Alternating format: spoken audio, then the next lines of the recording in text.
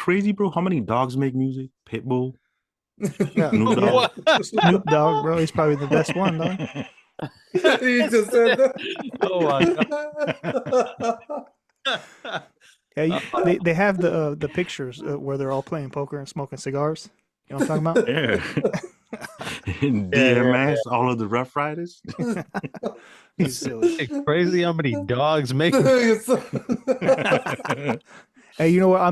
This is gonna be the clean cut intro. I'm not even gonna do my traditional because that was too good right there. All right, all right, everybody. Welcome to the Tuning In with Mark Claire Project, where we explore a wide range of topics to inspire and inform. I'm your host Jay Wells. As always, I'm here with my homie Mixman Shawn. Shawn, say what's up to the people. Yeah. What's up, people? Today we got tremendous duo of outstanding musical talents in the house. CheemaBeatz, TG, welcome. Glad to have you on the show, guys. We're here to talk about your hard work on this album, The Dozen. Very exciting. And then, definitely want to hear your story. And let's chop it up, fellas. Say hello. Yeah, what's up, man? Thank you guys for having us. Sat Sri Akal ji, Sat Sri Akal ji. Yeah. Sat Sri Akal, brother. Yeah. Yeah, What they said.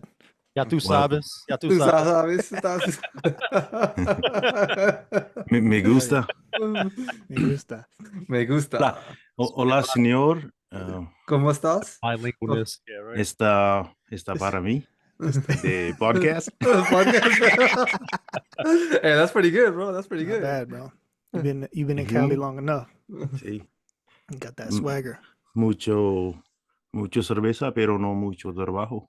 No cervezas. No No cervezas. más. No más. Only Need to poquito. slow Only, that down. only Oh poquito. yeah. Oh, I'm Only sure. Only poquito. I'm so sure. We'll find out an hour and a half in Yeah. how poquito that was. Yeah, Muy bien. Might be whole 12 pack in by that time. Cousin. It Hell does. yeah. It Does does. it in there. That's on theme. That's on point right there. Look at that.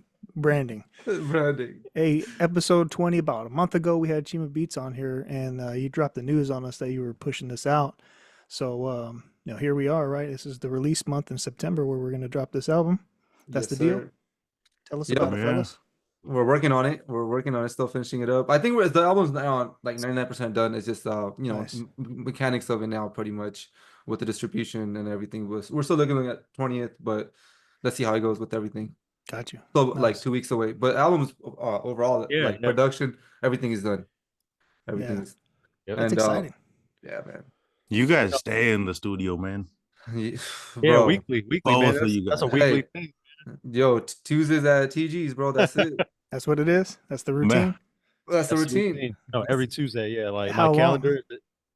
Like 6-7 hours, sometimes 8 hours. On 8 hours. Yeah. Like Yeah, good. I've had minimum, 6 minimum. I've had Yeah. sessions with y'all, man. Some of the best sessions and like most fun. We got shit done and we made bangers. Nah, for real. Not for real. Nah, for reals. That's the real song. Right? I mean, come on. Nice. Yeah. Every time, man. Every You got to, time. man. That's why we're doing it, man. Trying to have fun, but you also have to be productive, or else, what are we doing? Yeah. Exactly. That's one thing I would say about TG, man. Laser focus. Well, man. You cannot mess his focus up, bro. Bro, I'll be messing He be- around. I'll He be be messing mixing around. it down. Me and Oh, Chima in the back were like doing all kinds of like moonwalking and shit. We're like, and TG's like just zoomed in. And like we'll go outside, we'll get some food and come back, and he got the whole shit done. We're like, oh my god, look like that focus though. Yeah. Like, Oh yeah, definitely. I definitely like lock in and zoom in, and sometimes I just gotta like snap out of it for sure. Yeah. That's Bro, the how long you- process, huh? how long you been mixing, dog? Like, Mixing. I've been mixing for like maybe it's like 10 years now. I've been mixing 10 years. I've probably been doing music like 15, 16 years. And I mean, obviously, you're always like trying to mix music to make it sound good.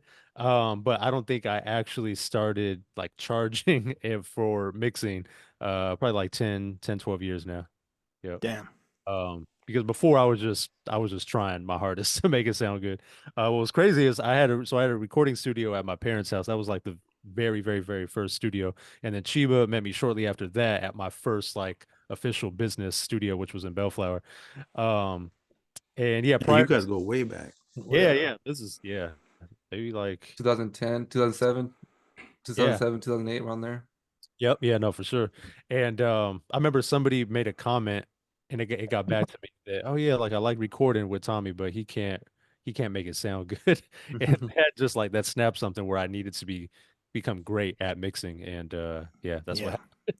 That was my my villain story, my That's origin story. your Shout out to that guy. Your You made story our arc. shit sound Yeah. real good. You For made real. sure. Yeah, I You need made him to sure come it was around. banging. Give me some motivation.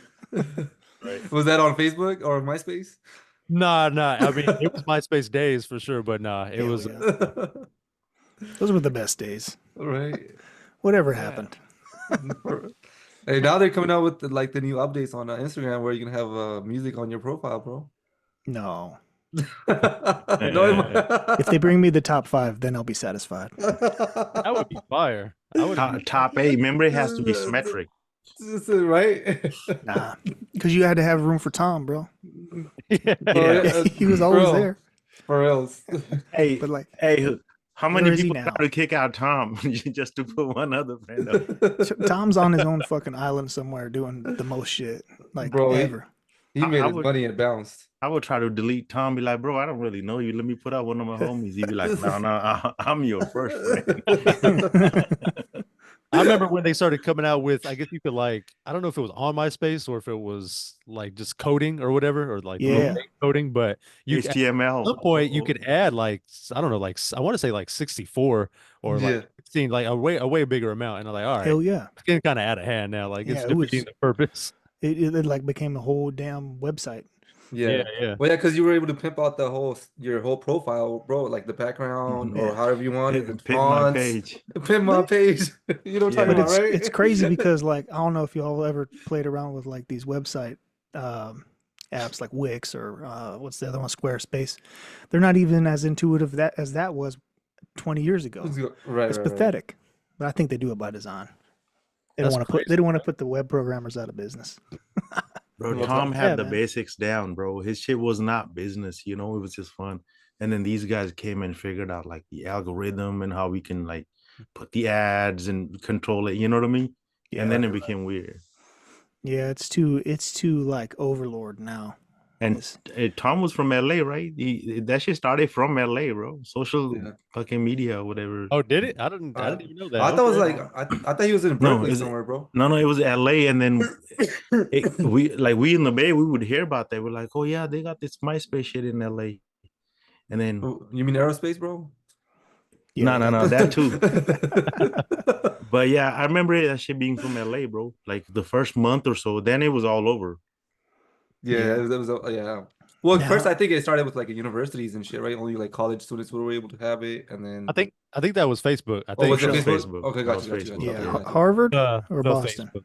Boston College, one of the two, wherever what's his face was going to college. Yeah. That was a good movie. If you guys haven't seen it, I like that movie a lot. I think it's a Social Network. Social Yeah, I network, saw yeah. that. I ain't never watched it. It's Oh, dope. I definitely should check it out because I find Wasn't that the stuff NSYNC interesting. guy Justin? He's in Justin that, right? Timberlake, yeah. Justin Timberlake is in there. The dude that plays Lex Luthor, or they did on this last run of the Superman stuff. Hmm. Oh, Eisenberg or whatever his name is. Yeah, and then Spider-Man, Andrew Garfield, he's in there too. Gotcha. Damn. Good You crew. got that. Yeah. Stuff, yeah. Anyway, Good crew. They all everybody you just described to me looks like a nerdy white guy that could make a computer program. Yeah, pretty much. that's why they're Nice. good casting. Yeah, it was perfect. On point. That's dope, man. There's always somebody in your life that Oh, motivates quick. you either with a positive nugget or a negative it just one. clicked in my head, bro. Homie Justin Timberlake, he bought MySpace. Yeah, he had Bob. Yeah, something like that. That right? makes sense. He was in the movie.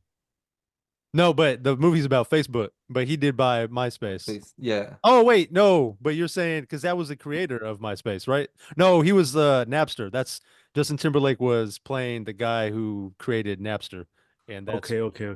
I don't know why in my head I was like, oh, because I remember he did buy it and he tried to Did, make it yeah. about music. Yeah. I remember that. And I went back on for 2 days. I was like, nah, dude. This ain't it. This ain't it, yeah. This ain't it. It suddenly was just gone. I It's didn't even gone. know I was overseas when Facebook was coming out. I came home. I was like in between being in an overseas location and being deployed to Iraq. So by the time I come back from Iraq, MySpace was dead. It was gone.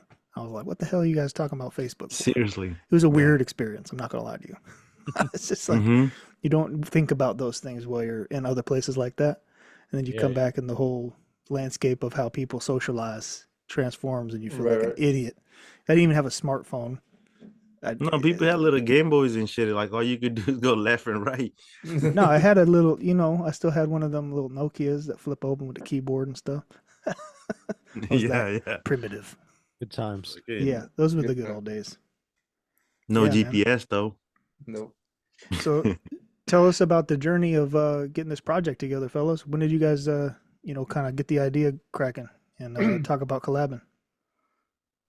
Well, me and TG been collabing, for last since 2020 now, like, consistently Tuesdays at TG's, Yeah.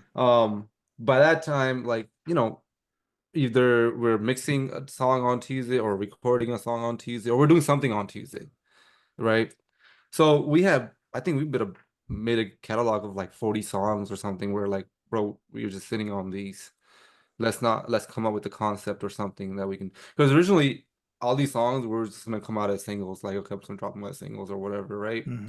But I was telling one day, like I was talking to TG, bro, like people, like I always want to drop an album, and like I feel like I have enough material right here that's ours that we could actually do that, and from there on, just learning, introducing, bunch of Punjabi artists to TG, where we're like coming up with the like a sound for the album, Yeah. And I think that's where it really started, the idea of it. And then we kind of just like put the songs together, like luckily he had a bunch of material just like already sitting. Like Chima was saying, we we work on music every day. I mean, not every day, every Tuesday, every week. So every Tuesday something is getting done. So, but for a while, I think Chima wanted to kind of slow down from the releasing of the music because at one point he was dropping like every 2 weeks, maybe This was sometimes the Farlow Friday days. like back to back. Yeah, back to back weeks. Yeah, for about 3 months it was every Friday. And then he has a bunch of projects with probably like 4 or 5 different artists, and on each of those projects is like 4 or 5 different songs. So we were kind of like making all those at the same time and kind of juggling. And then one day he just came into the studio and was like, you know what, like I need to put an album out. Like the singles is cool, but I want to put it to the next level, and there's not many producers within the American or the Punjabi circle or like culture that's really putting out an album. So I want to put out an album for myself to just make that statement. And yeah, he did it. So I mean, luckily, like I said, we had all these songs that we hadn't been putting out because he wanted to kind of slow down the release of the singles, and we had a bunch of stuff to pick from. Oh yeah. All the stuff that we were making, I'm sorry, that made it to the album had like a consistent sound because they were all made within like a 2 or 3 month like span anyway. So it had that pays off, huh? Yeah, it had a similar sound because if he were to put out a song that he did last month and a song that he did 3 years ago, like that his sound is completely different. Yeah. Right. So luckily, what are some things? What do you think are some things that lead to such a change in sound that like, a year goes by and your sound is significantly different? What are some things that go into that, you guys think? Well, for me, it's just part of like just growing as as a artist. Just because for me, when I look at a producer, right, or think about a producer, because producers are consistently changing their sound, right? Like just to stay, because music is consistently changing. Yeah. Right. So you're like, my focus has always been, okay, how can I change my sound to do better? Because I don't think I'm perfect. I'll never be perfect, but at the end of the day, like I just want to make sure it's a new sound, that it's not the same sound over and over. Like it's just, keep it different. Like if you look at Star Storch music too, right? Look at the early 2000s stuff he did, look at the stuff that he's doing now. Like it's that growth, right? Like just, or Dr. Dre stuff, it still has that stamp on it, but it sounds different. Yeah. I would yeah. No, go ahead. He's I'm just definitely gonna interested in add what you got. maybe like collaborating with other people. I think that helps keep the inspiration alive to do something else. Yeah. For myself, if I'm working with Chima like consistently, and we're doing stuff, and now he's bringing me, like he said, bringing other Punjabi artists. I'm like, oh, like I could actually do that, or we could do this, or we could do that with it. And for instance, like I was working with, I think maybe we did it with Sayder first. Yeah. I like this island kind of like beat, and then we started doing that kind of sound for like Punjabi artists, and Right. Yeah. it's amazing. It's a perfect marriage. Right. Exactly, bro. Yeah. Flows over pretty nicely. Yeah. Yeah. And then This then collab. this collab, and then also like it helps that like when the artists that we actually worked with, they came in with good vibes. They were open to work with the sound, because Yeah. it's like now artists nowadays is they're super picky of like who they want to work with, because it's just Mhm. Yeah. the first is a relationship, then it's just like, okay, do I really want to work? Do I trust this guy with my Yeah. There is a vocals? business side of it if you're gonna Business push it side out. of right, and working with like Sayder and Singh, having to them bringing into the studio and like actually having building that relationship, and people that are like can write on the spot or make some changes on the spot or come up with a cool little melody on the beat right off the bat and start writing to. It's just like the process of it is just amazing. Yeah. It's just because that way it feels all like in-house production. You know what I mean? It's like, okay, we didn't have to go buy, vocals, or we didn't have to go buy like I don't know, like compositions or lyrics or whatever. Everything was done in-house, because most of the Punjabi songs are, someone else is like writing the lyrics, somebody else is singing, and somebody else is Right. producing. It's like a whole little process. Now I used to do that whole loop. Mhm. Like, right, Mixman, like we that's how we started with, like, Yeah. Mm-hmm. right. And So bringing in people for features and all that stuff. yeah, and then you have to It get could the still be feature. like that sometimes. Yeah, It's one of the ways. yeah, Yeah. I don't fully cancel it out. Like if put it together like that, we can do it like that. yeah. But it's You just a longer guys- process. Are you guys basketball fans? Everybody? Okay. Yeah. I am. Yeah. Yeah. I was gonna say, like a good analogy would be, they say LeBron didn't really become a champion until he started, or he went to Miami and he got next to Dwayne Wade, who already was a champion. Yeah, and he got with Pat Riley to learn how to win. Right. So that kind of thing. Just being around different people and being inspired by them.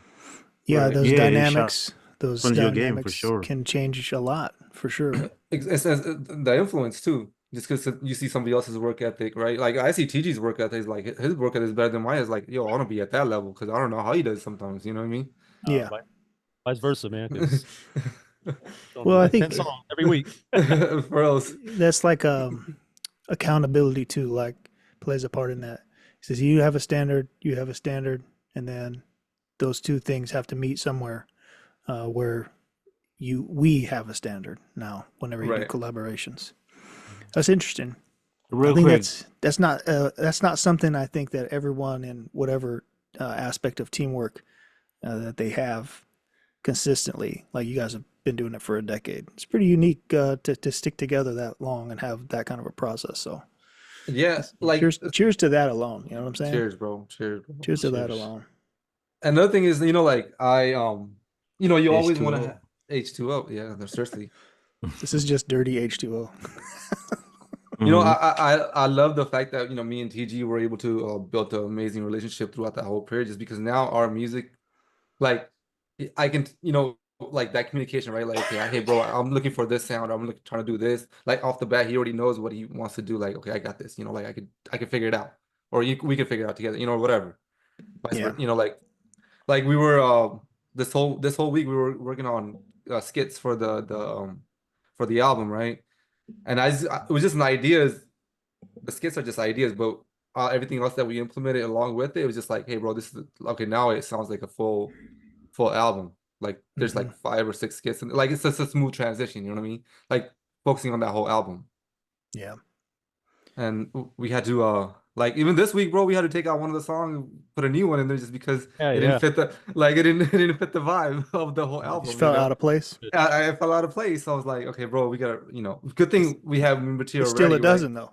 It still doesn't. Till it doesn't. Still Yeah, it the doesn't. backup eggs. You know what I'm saying? It just but for my end, it was just like making this album, I just wanted to make it one of the best albums that I could do in my Yeah, of power. course. You know what I mean? I Or mean, it's super. It's got to be super different to say, "Hey, I'm going to put my name on it, and this is going to be a collection, and this will be the album that I release under my name." yeah, it's crazy, bro. The Yeah. process, because like the process of making an album is different than just doing a single. There was a crazy analogy that I'm not gonna say it right here, but there was a crazy analogy that I did. I was talking to TG about it. I was like, "Yo, this is what it feels like." Oh yeah, that's right. Oh man. But doing a single is different than doing an album, and like Yeah. we can release a single tomorrow. Shit, it just comes out, right? But Yeah. there's no storyline behind it. There's no like a project. It's not connected. It's not connected, right? Mm. But with an album, it's like it's like a movie pretty much, you Yeah. know. Who are some artists that you guys have liked over the years that were fantastic at like putting an album together that was like that? Had some chronological aspects to it and that type of storytelling. I think Kendrick is up there with that. He does a good. Yeah. Wait, since his name came up, TG, didn't you work with Kendrick? Yeah, I did. Can we? Because I know the story. Chima knows it. Can we just do it for the pod? Yeah, no, sure. Please. They not like us, but They're not like us. yeah. So I've worked Still with pissing people off. yeah, no, for real. I've worked with a lot of those artists. And Kendrick is definitely one of them. I have a really great relationship with a West Coast legend in my eyes. His name is Glasses Malone, and my relationship with him really just helped opened up working with everybody you could think of from the West, other areas too, but like the West, like for sure. And yeah, the song is called Thuggin'. It's with Kendrick Lamar. I had the privilege of being in the studio with him while working on it. And yeah, it sounds amazing. It's up there. What year was that? I think we did that in like 2014 or no, maybe 16. Yeah. But the song didn't come out until like 2 or 3 years later, right? Or something like that. Yeah. Yeah. Kendrick has a pretty big reputation for being like a hard worker in the studio. What was your perspective? No, I would agree. He knows what he wants too. So what's very interesting about the They Not Like Us is that he's never done a mustard beat. Yeah. Now that he's done it like that, it took off. But everything before that was him and Soundwave. I mean, obviously, yes, he's had other producers, but him and Soundwave, like that's the Drake. That's a bad example, but the Drake and 40, like their relationship is tight. And I remember being with him in But that's a good analogy because we understand that sound is serious. Yeah. Right. And I remember being in the studio with him, and we were all just chopping it up, and he was talking about working on, I think that was his second album at the time, and he was just like, they were like digging in crates and just trying to find samples in different ways to flip stuff. And it wasn't about getting beat packs from different producers. I mean, yes, that probably happened, but it wasn't about that. It was about locking in, trying to be organic and make your own. Soundwave, and make your own, yeah. How does that work, you guys? You guys are you're all professionals, you're all producers, and you've worked with a lot of people. When you want to go and you want to get samples from older tracks or something like that, how you go about putting it out in your own song? What are the restrictions? How do you get it done to push it out? Well, legally, you should be contacting the publisher. Contact the music publisher because they have like the ownership rights. But yeah, and then they follow up by contacting all the songwriters and doing that whole thing and just making sure that everybody is. Well, sometimes they don't need to get approval from everybody else. Sometimes it's just the publisher, and they might have to say so. Or sometimes they need to maybe contact your families or whatever. But publisher is the go-to. But these days there's so much royalty-free stuff too. Like you just pull it from some source that you can find a close enough sample that's royalty-free or like rework, right? I mean, Yeah. Sometimes people like replay it because there's two forms of the copyright. There's the now I'm getting nerdy, but there's That's all right. the sound recording part and then like the writing of it. So if you Mm, don't take like the if you don't intellectual property. yeah. So if you're not sampling the actual recording of it and you replay it, that's half of the battle right there.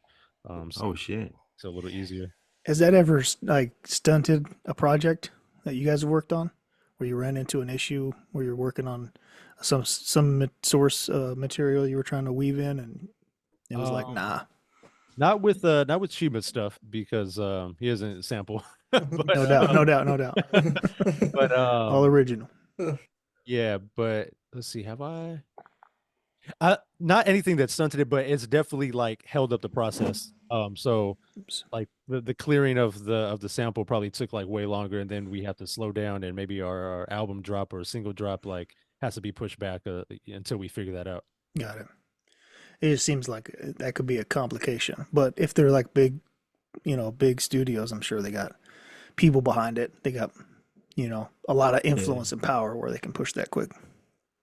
It's a Yeah, it's a risk. It's a risk you take when you Yeah. make, and you know what I mean? Yeah.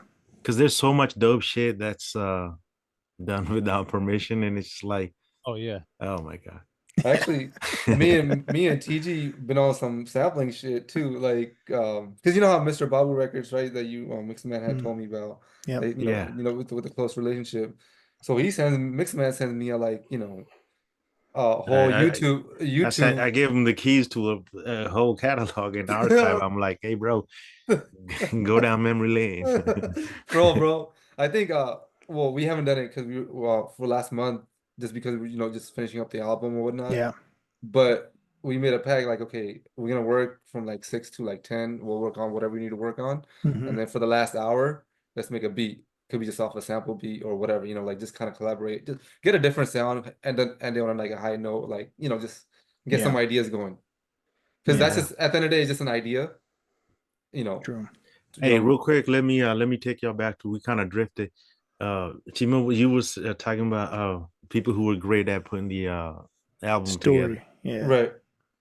Yeah, You so said you mentioned Kendrick, Yep. Mhm. and then I hit you with the sidebar. My bad, I had to bring y'all back.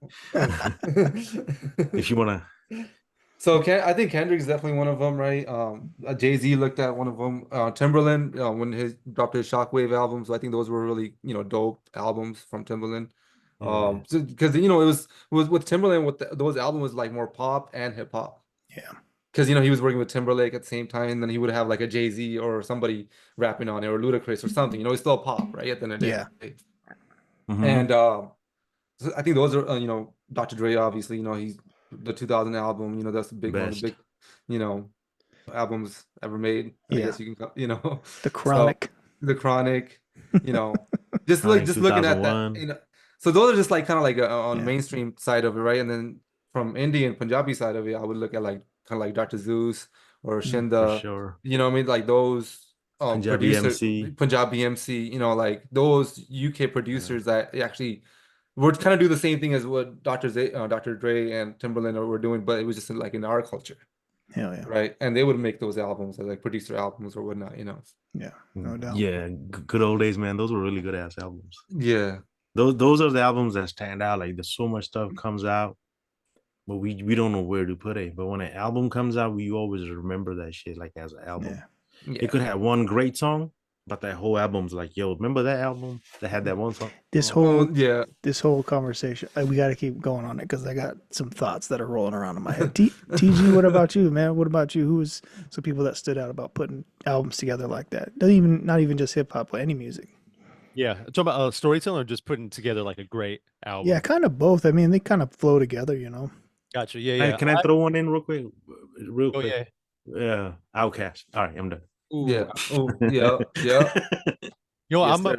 a big fan of R&B, and I'm gonna Okay. go with Confessions.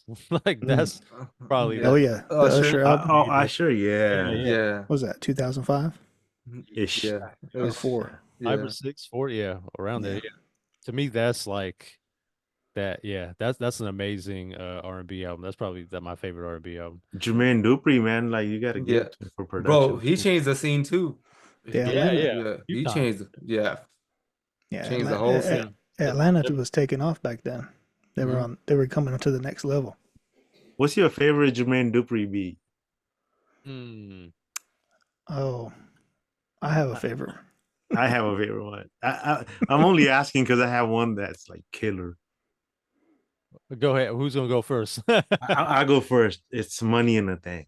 Yeah. Yeah, same. Oh my god, that beat go crazy. I And still say that line when I'm driving on the freeway and I'm coming on the on ramp and I'm trying to get to the fast lane. that opening of that song is just so dope, bro. And he does that little Pharrell thing, you know, when you repeat the first 4 bars. Yeah. Oh my god, that every time that shit comes on, But even Pharrell, bro, like he dropped some for real. game for he dropped some good music, bro. Really good music. The Neptunes is probably they're my favorite. Yeah, Neptunes. Oh my god, yeah. Like they're up there too, bro. That's those are my goats for All sure. Okay, let's real quick. Favorite Neptunes beat. Oh, it's got to be the one with clips. Yeah. Grinding. Yeah, Grind that's- it. That's Come so on. crazy. That's because that song is just all about the beat. Like If it dropped right now, it would go Nobody- hard. right. Mhm. Like when that dropped, like we all were just like banging on the table. Yeah. Bro, yeah. Yeah, dude. I was like forgetting I was driving. Doing dumb shit. Yeah. Singing okay. the whole verse too. Okay, There's, I want to throw a couple of albums out. Yeah. The one I thought had a great like sound from the beginning to the end, Wu-Tang Forever, Wu-Tang. because it was just like cinematic, you know, and it was like imagine just having that whole crew. The chemistry is wild. The whole crew Right. though, like in that energy, and then still making it happen, and you're bringing all those characters to life. They just got so much character. And I think Yeah. like they also have like a in just hip hop, but they have just essence to them that's like I don't know. It's like the core of hip hop. You know what I mean? There's some identity there with Wu Tang for me that just like has that raw original hip hop sound. Wu-Tang Forever. Yeah, yeah, the Killer Bees. That one was good. Then of course, All Eyes on Me, Tupac. Yeah, Tupac. That whole For double sure. LP. Come on. Yeah. That's a beast right there. And he was just unloading all the stuff that was in his mind and in his soul from, you know, his Bro, time locked up and everything. It just exploded. That was a big deal. But if you do a Crazy double ass beats. disc, if you do a double disc album, bro, I don't know, like I don't know how, bro. It I was wasn't going, just bops. yeah, like They were yeah. very meaningful songs. Man, Yeah. I don't know what's going Production, through your head. Yo, and the production was so good too. Yeah. man. Yeah, Oh it my was God. next level. Well, those were two Yeah. big ones for the hip hop. But there's I'm going to plug a couple other. The Beatles. Okay. The Beatles, if you go back and you listen to their music, it don't have to be your style of music, but if you just think about what you guys are saying, they would put albums together that were like a movie. Yeah. You Uh-huh. feel me? Elvis, Package. same shit. Like so, like music, the musical production roots going back as far as the old schools, like that was always a thing. Yeah, You know what I mean? So like Johnny Cash, shit. What's some other genres? Led Zeppelin, Linkin Park. Tool, all Linkin these Park. guys. Yeah, Linkin Park. Linkin You Park. know, The first two albums, Linkin Park, amazing. You guys heard about Linkin Park Even Green Day, bro, getting like a new Yep. lead singer? Oh You yeah, guys are- lady. yeah. You guys got any thoughts on that? What do you? I guess I'm about to check it out. Then I'll have some thoughts. Yeah. it's wild to replace the main singer, you know. Yeah, it Yeah. is. I think It is, bro. you know, Chester, there's- though. I mean, rest in peace, bro. He was Chester's Chester. yeah, he was good. Oh my God, But- yeah. The crazy, like, there's not like bands anymore, bro. Like that, like how it, like mainstream bands, you know. Yeah. It's just more like everybody's doing their solo acts now, pretty much. Yeah, I mean, there's still some lingering groups out there, and it's just there's so much. Yeah. Like everybody has access to this now. I mean, look, You- all of you us know that have Eminem song, microphones. My band. Two of you guys are in a studio. Right. You know what I mean? Like it's just, Right. and we're just, you know, that's just so accessible. Back in the day, it was not like that. You know. I saw a post about that earlier this week. That not necessarily bands, but it's the same thing. But it was about like groups. Like there's no more groups anymore. And Yeah. I don't know. A part of it is like you said, just the accessibility of it. Also like it's a financial thing, I think, Mm-hmm. because if you're trying to come up, if you're not put together by a big label, which isn't happening anymore, but if you're trying to come up, there's like nickels and dimes in it until you get to a certain level, and with that, it's like, how do you split that between five people? Yeah. Is the music video dead? No, no. Music video, Yeah. Is that possibly. Yeah, I mean, maybe not dead, but it definitely Like holds a lot less value. in the Yeah. traditional sense, like a music video, yeah. so? Think about it. Like, who's watching a whole fucking music video these days? Unless it's Damn. dropped on Juneteenth or whatever. Okay. Or, you know what I mean? Okay, That's or- true. music video probably dead, but visuals. no. Still in. Yeah. Yeah. Visuals all-time high. Yeah. Chima, what's your thoughts? Is music videos dead? I think so. I think people are only, you have your attention for like 30 seconds and the people just want to scroll, bro. You know, Like, because everybody has their own movies now. yeah. They're not watching your shit. They're like And making reels. Yeah. yeah. And that's all you really need, bro, to be honest now. Like Yeah. just to, because, bro, like how many times, like, okay, if you go to YouTube, like most of the videos are like 2 minutes now. That's it. They're in and out. Yeah, Right. these days they're like, here's the song, make your own video. Yeah. Yeah. Yeah, right. Funny. Right. Make And it it's, happen. no, if it's not there, yeah, it'll be there. Like that's just how it is, bro. Because I think that's where everybody's, it's at. yeah, Well, I mean, the kind of the thought here was or just get it. there was an era we grew up in, and we're all around the same age. Mhm. You had pretty much a couple places where you can get music videos, and it Right. was on a schedule. You had like MTV, VH1, BET started doing it. Yeah, But BET wasn't in the business of doing that. They were literally just like stand-up CMC. comedy. That's it for a minute. Then you yeah, had your local stuff, and then it started to grow when the internet started to change. Now with the social media music, I mean, you got Spotify musicians, TikTok musicians that are exclusives to those things, and Yeah. like, you know what I mean? It's the industry side of music pretty much morphed with the social media, and so like now there's no MTV, there's no VH1 playing music videos. no. They're just like reality TV. I got a question for TG.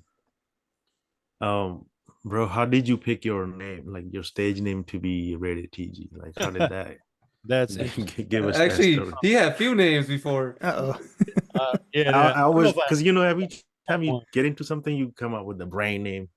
It's Yeah, always interesting why people pick their names. You know what I mean? Yeah, no, for sure. So the TG in rated TG stands for Tommy Guns. Well, that's what it used to stand for. But yeah, so it used to stand for Tommy. Yeah. And that's what I used to go by. That was my first producer name was Tommy Tommy Guns. Guns. And Tommy Guns. at some Like point, Rocky? like you need, yeah. Like at some point in our like kind of era when the West Coast was on fire with Dr. Dre, Scott Storch, like Bang bang. kind of needed to have like some edge to you. Is it And Guns with a Z? West Coast beats. Yeah, he did. Had a Z. Oh shit! I Let's never go, knew. boys, with a Z. Yeah, so I wanted to get away from that, and the negativity that comes with that. And I had a female artist that I was working with, and she was Chima, like you kind of know, like sometimes when I kind of like lock in and find like that zone, and I'm moving stuff and doing effects or whatever, I just like locked in, and she was in the back room, and she said, "Man, like that's rated TG." Like that. My name was still Tommy Guns at the time, and she was said, "Man, like that sound, like that's rated TG. Like I can't get that anywhere else." And I was like, "All right, I heard it. I I heard heard it. I heard it. I heard it. I love it. That's a great That's story. fire. That's fire. Yeah. So it's like rated PG. So you took the guns out and made it PG. Yeah, no, exactly. Like it's just like a level of just a level of satisfaction and a certain quality that Yep. has It in it. gets that stamp. Yeah, it's a great message in the name. Like your name grew up. He's like, hey, I don't do that no more. I'll do that. Hey, yeah. Right, the old me though, the old me. It's like when they changed the gun emoji to a squirt gun. Exactly. That reminds me of like Um, Ice T, bro. He's like, yeah, you live to fight another day. Yeah, you know, and I was thinking about just changing it, like, because that was at first that wasn't my producer name, that was just like my handle on social media and stuff. And then Yeah. I consulted with Salas, he manages DJ Head, and I really trust him, and I love his mind and everything that he has to offer. So I sat down with him in the studio one day and was like, "Hey, man, like, what do you think?" And he was like, "Yeah, it's a great story to go from that transition and, to your guys' point, show how you grew up." So I It's started catchy too, though. appreciate Really? it. It's dope. Yeah. It's actually, Tommy Guns is, you probably could have wrote that out, but actually Rated TG is kind of cooler, bro. Yeah. Has more of like a producer vibe to it. And then and deep down, it's still Tommy Guns. Don't It's just abbreviation. Don't get it twisted. Don't get it twisted. He's still out here letting it rip. That's funny. I love it. That's awesome. Hell yeah, bro. So what's the standout on this dozen? Do you have a favorite? Are you able to talk about that? Are you allowed to have favorites? Is this like kids? No, these Where are you definitely can't have a kid. favorite. You know what? Like I really don't have a favorite because so I've been listening to this for last month and a half straight, right? Like I'm like, bro, like every song on there is like a different vibe. Yeah. It's just like, damn, like, okay, this is a different vibe from the last song I heard. It's still a good vibe, you know what I mean? It's like, so there's not really a favorite, but there's this bunch of party songs, but good vibe songs. It's just all good vibes. Feel good vibe Yeah. songs. Well, I feel spoiled because I got a sneak peek at it, I actually I have one favorite. I think the Punjabi song that I did with features Mixman on there. That one I love it just because my dad heard that song before he passed away. So for me, it's like real special. Oh, I got you. Has that more sentiment to it. It has, Damn. yeah, because he heard it before he passed. So he's like, when I showed him that, he's like, "Yo, this is really good." Yeah. So that track is on. So that's one of my favorites for sure because he heard it. rest in peace, your pop, bro. Yeah, absolutely. And that's a really kind of a beautiful piece to the whole mystique of putting something like this together, bro. And that song, bro, we made that song like 3 years ago. Mm-hmm. Yeah. Like back in the Farlow Friday days. Yeah. Pandemic shit. Yeah. Pandemic that was shit, fun, yeah. man. You guys, the Farlow Friday got me through a lot of crap. I'm not gonna lie to you. Us too, bro. It was rough, Yeah. bro.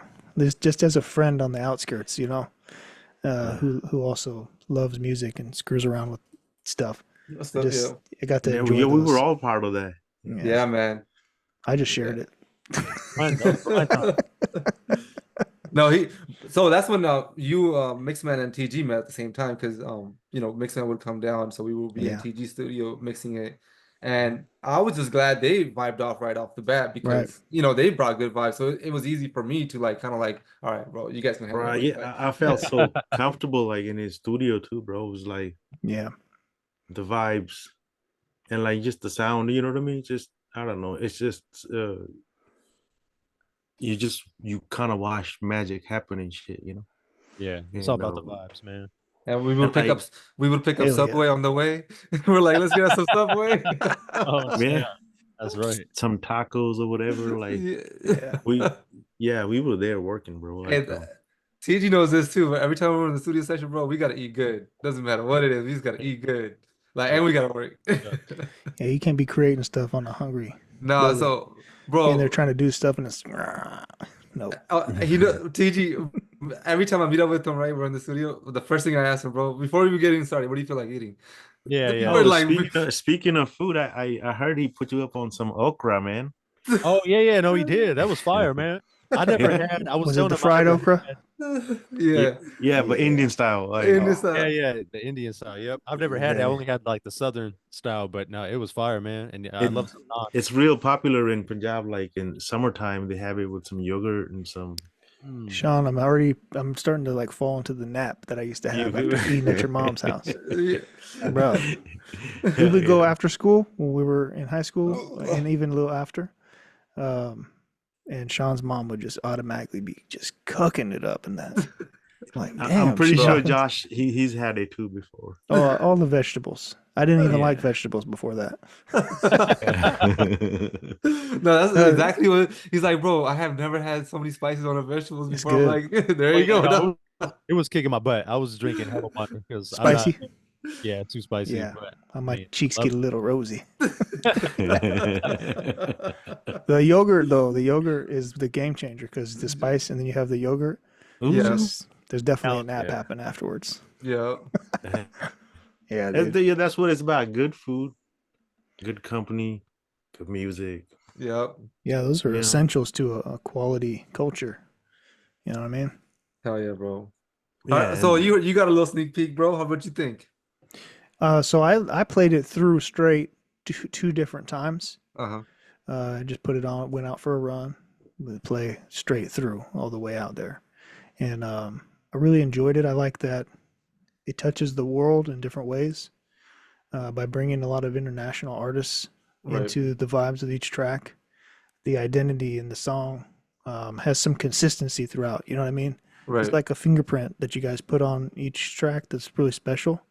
And then those little wrinkles of bringing in those, Spanish artists, you got singing guys from Africa that like the Caribbean sound, and this the different sounds that you put in there to kind of just change that a little bit on each one. It's like taking a world tour, bro. Right, exactly. It was great. Thank you, man. Um it's crazy because coming out of LA, man, because LA has its own little sound, right? So Yeah. to be able to work with like artists from all over the world, I was just telling TG that I was like, hey, bro, I think we hit all the continents of the world in this album, like except for like Antarctica, or you know what I mean? It's like, I'm talking about, like we hit every continent, like. Yeah. You never know. Yeah. You could be the first Antarctica sound, bro. They don't even have Maybe the next album. Yeah. For real. But Sounds of the Arctic. it's crazy, man. Like just people, like with immigration and everything, people are everywhere, and like everywhere, Yeah. same sound pretty much. I think what really killed it is this splice, bro. Like it killed the whole scene where like now every producer has that same sound. Right. Same samples over and over and over and over. It's like, bro, I already heard this in a Punjabi song. Yeah. Now it's like in a American song, you know what I mean? Or Yeah. whatever, Well, you had the sprinkle of the LA in there too. What was the LA rapper that you had on there? Nino? Yeah. Great song. Yeah. Thing about that is, It was a fun song. man, fuck. Okay, should we just break it down to him right now? We gotta take that song. We I'll gotta take let you that. break it down. All right, Is that we the gotta one? take. Yeah, we gotta take that one out, bro. There was no shade Okay. to Nino. It was It was- actually. It it's was a great actually. song. It's going to come out, Yeah. but it didn't match the rest of the vibe of the That was album. the standout. That was- Yeah. Yeah, that was the one. Well, I'll look It forward was- to it coming on another side.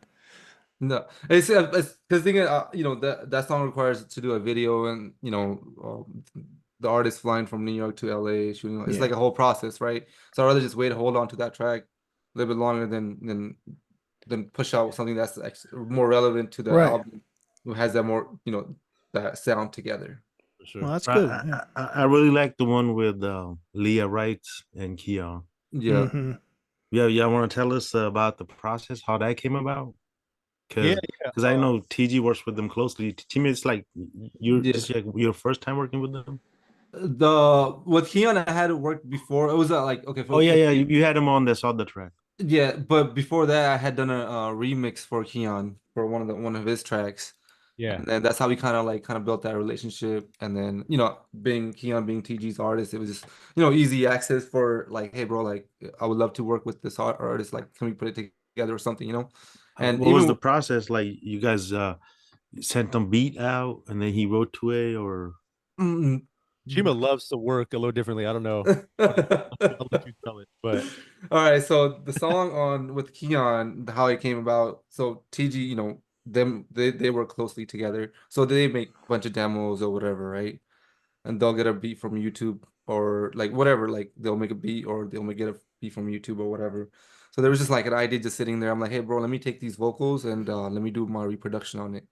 Mm, And then dope, dope. so I pretty much So ended up so he had the song already, and then you got to because bro, that a lot of people do that, like Yeah. just to get the writing going on. And Right. once you know what I mean, they'll put on a YouTube song right to it, because essentially what you're looking for is like the chord progressions and shit. Right. Yeah. And you know, and once you have the song, you could reproduce it 100 different ways. Right, exactly.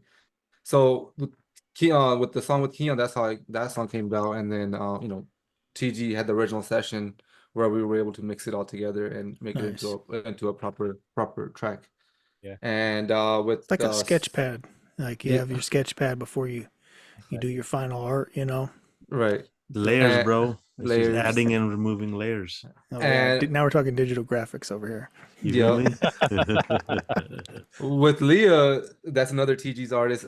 When I met her the first time, I think we just like really like just kind of connected. Like just she has this amazing energy, man. Like that, her like it just when she comes in, like she like not controls it, but like she gives us that amazing vibe that you're like, yo, I would The love to work charisma. with that charisma. You know what I'm talking about? Like that The energy, riz. like, and no, she does, bro. And like I don't know, we were just messing around with some beats or whatever, right? I was like, hey, this is the perfect beat for Leah or whatever. And we played it for it like right then, bro. She was doing her homework and writing a song together. I'm like, That's yo, awesome. yeah, like she, what I'm talking about? She was doing her homework, she was doing her school stuff, and like she was writing a song. Yeah. That's And, amazing. yeah, no, that was an amazing session. And the craziest part about it is that they got her speaking Punjabi. Punjabi, yeah. Oh, okay. Yeah, On a yeah, so- yeah.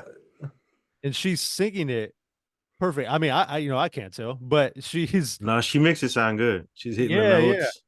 And Yeah. that's insane. And it blew my mind because I didn't think that was going to happen like that. I thought she was going to be on the song, but I didn't think she would be speaking Punjabi. So I was like, Yeah. that was crazy. But that's one of my favorite songs on the album. For sure. Something special about Punjabi. It sounds Craziest part is we it's didn't just a music, you know. It's like even when you guys talk, it just sounds like music already. It's like built for it, you know what I mean? It's a language that's perfectly built for music. the craziest for that song, bro. Like so, TG was going through like a little move, right? Yeah, I was studio, moving studio, studios. he Yeah. was moving studio, so we didn't have our like normal studio that we usually go to, or Mm. like the one that TG sitting in right now. So they were, bro. So he books a studio in like all the way in Hollywood. Oh shit. All right, I'm like, bro, that's like an hour and a half away from me. Yeah. With no traffic. With no traffic. But those Hollywood studios, though, oh my God. That's like Studio City, you know? They But got everything. bro, the vibe in there was that studio had amazing vibe, amazing booth, like everything was just perfect. I'm like, yo, TG, now I understand why you're doing Yeah. this. It's like But yeah, no, great experience. G Sing was there that day. That one was a little different than the Keon record, because they made it on the spot like that. The beat was already done, and then the vocals got laid on top of it. Yeah. And then they actually wrote to Chima's beat.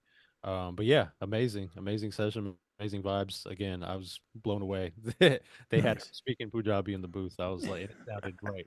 The first time, That's great. it didn't take long either. I'm like, how are you doing this? Like, Man.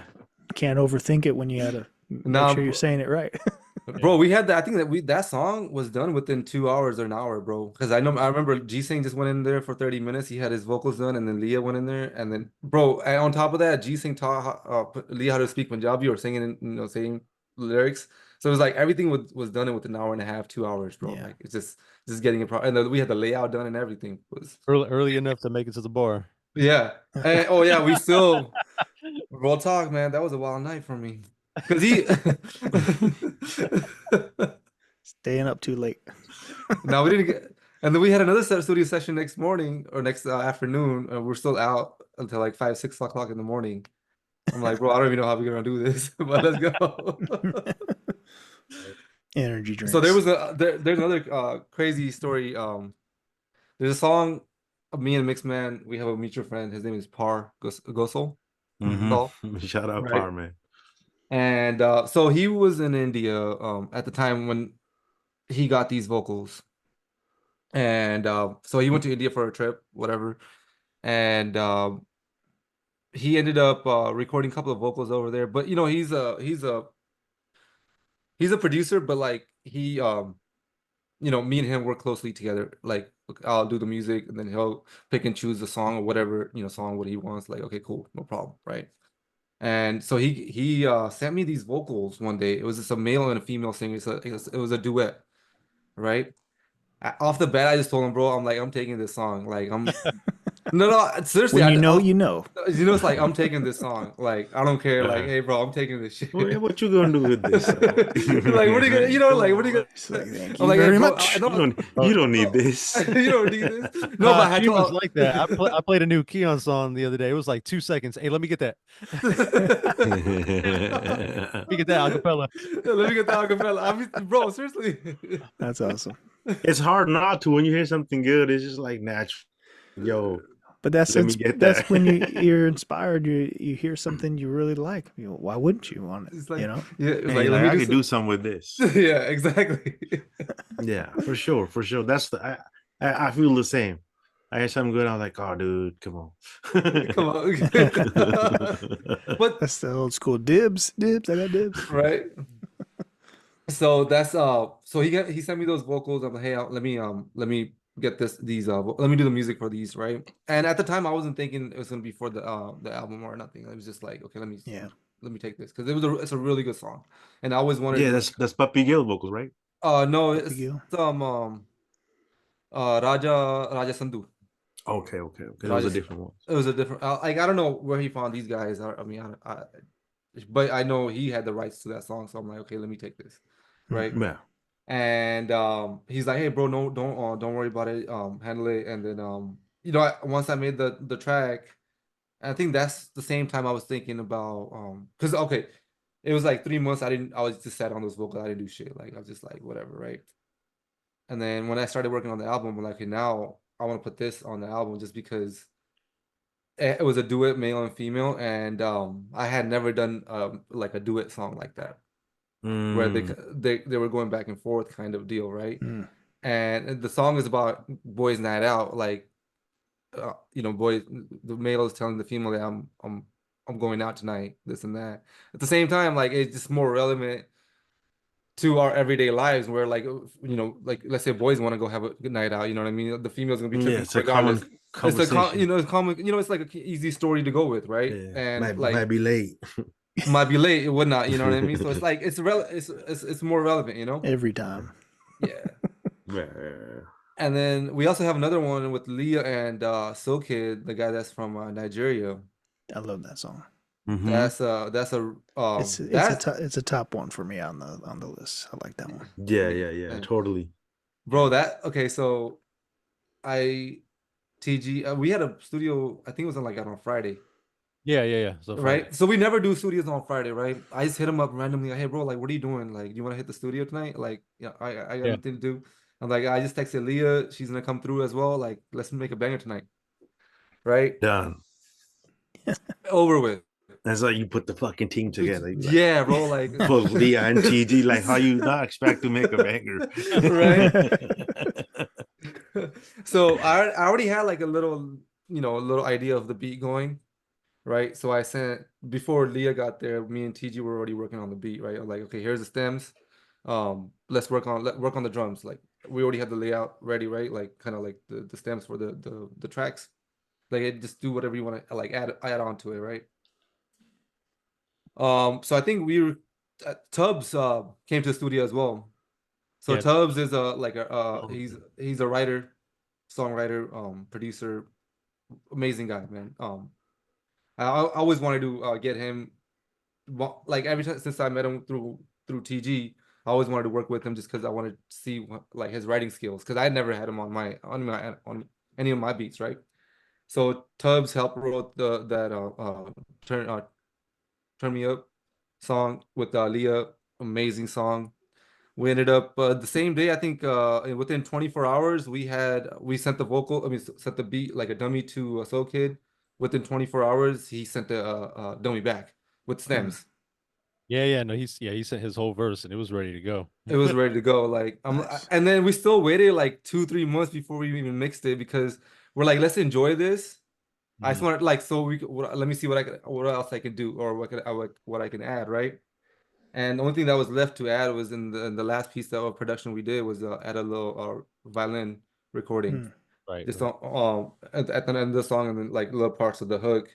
So we had Lena, who's a violinist, come in, just do her little part onto the to the track, and boom, it is, Pretty Little Monster. And with TG, he bro, like he zooms into that song, like or all the songs, bro. Like he's just laser focused and like engineering his shit out of it, bro. Like I could definitely say, like I've been part of it, but like TG's been like hands on, like putting shit together with his little mouse pad. Okay, I got this, I got this.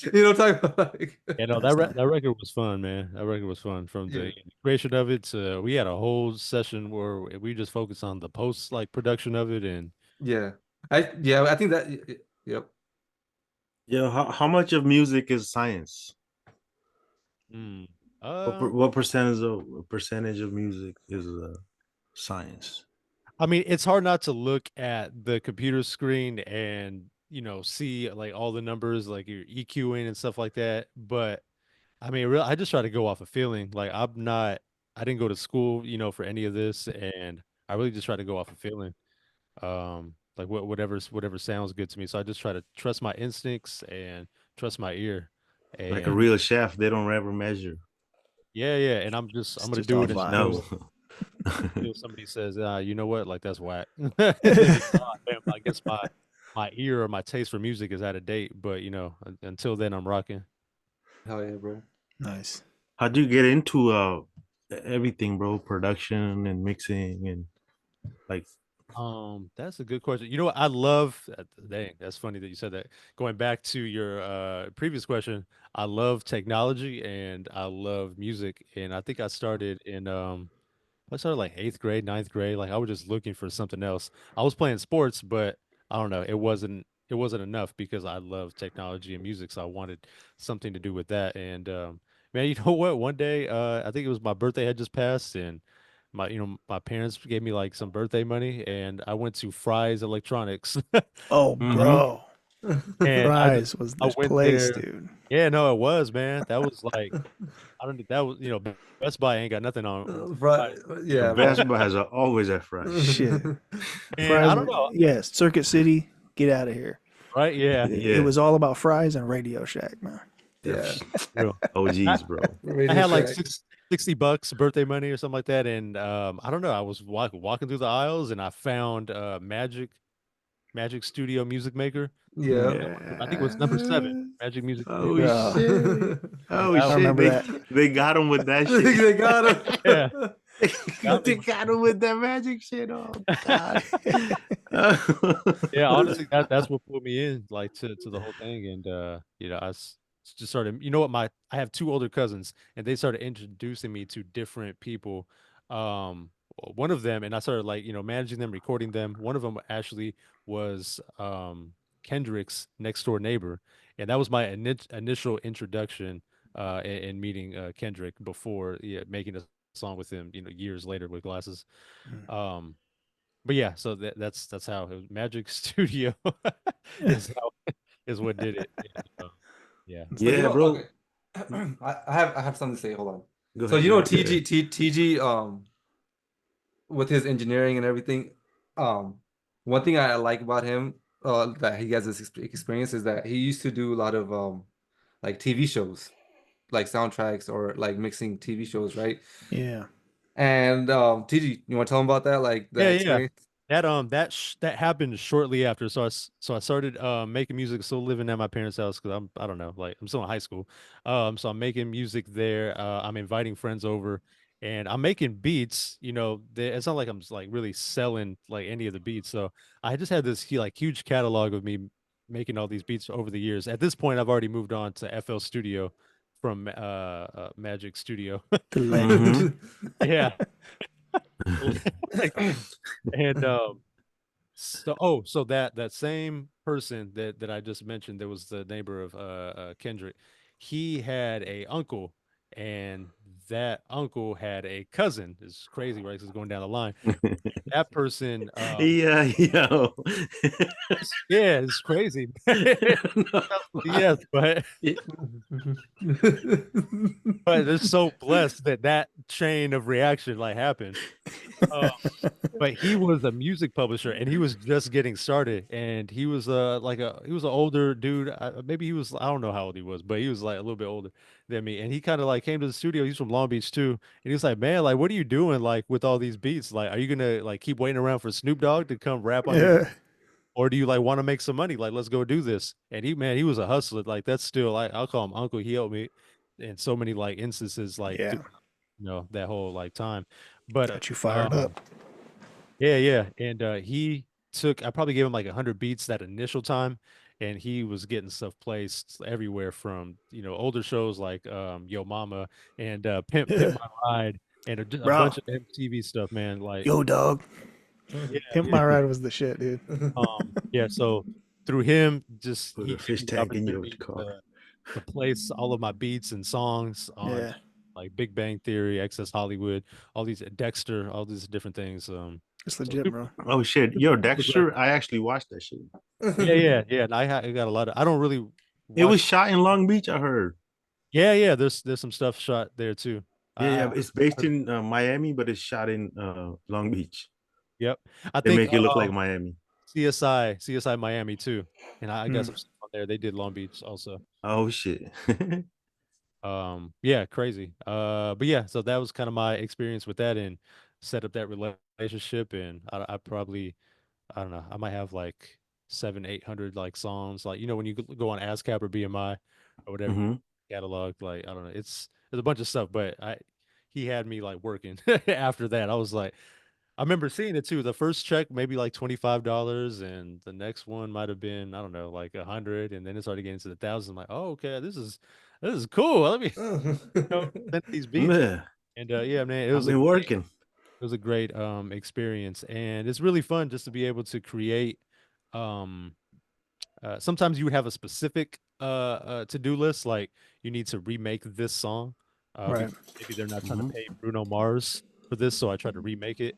Yeah. But then other times I'm just making like a huge like catalog of stuff.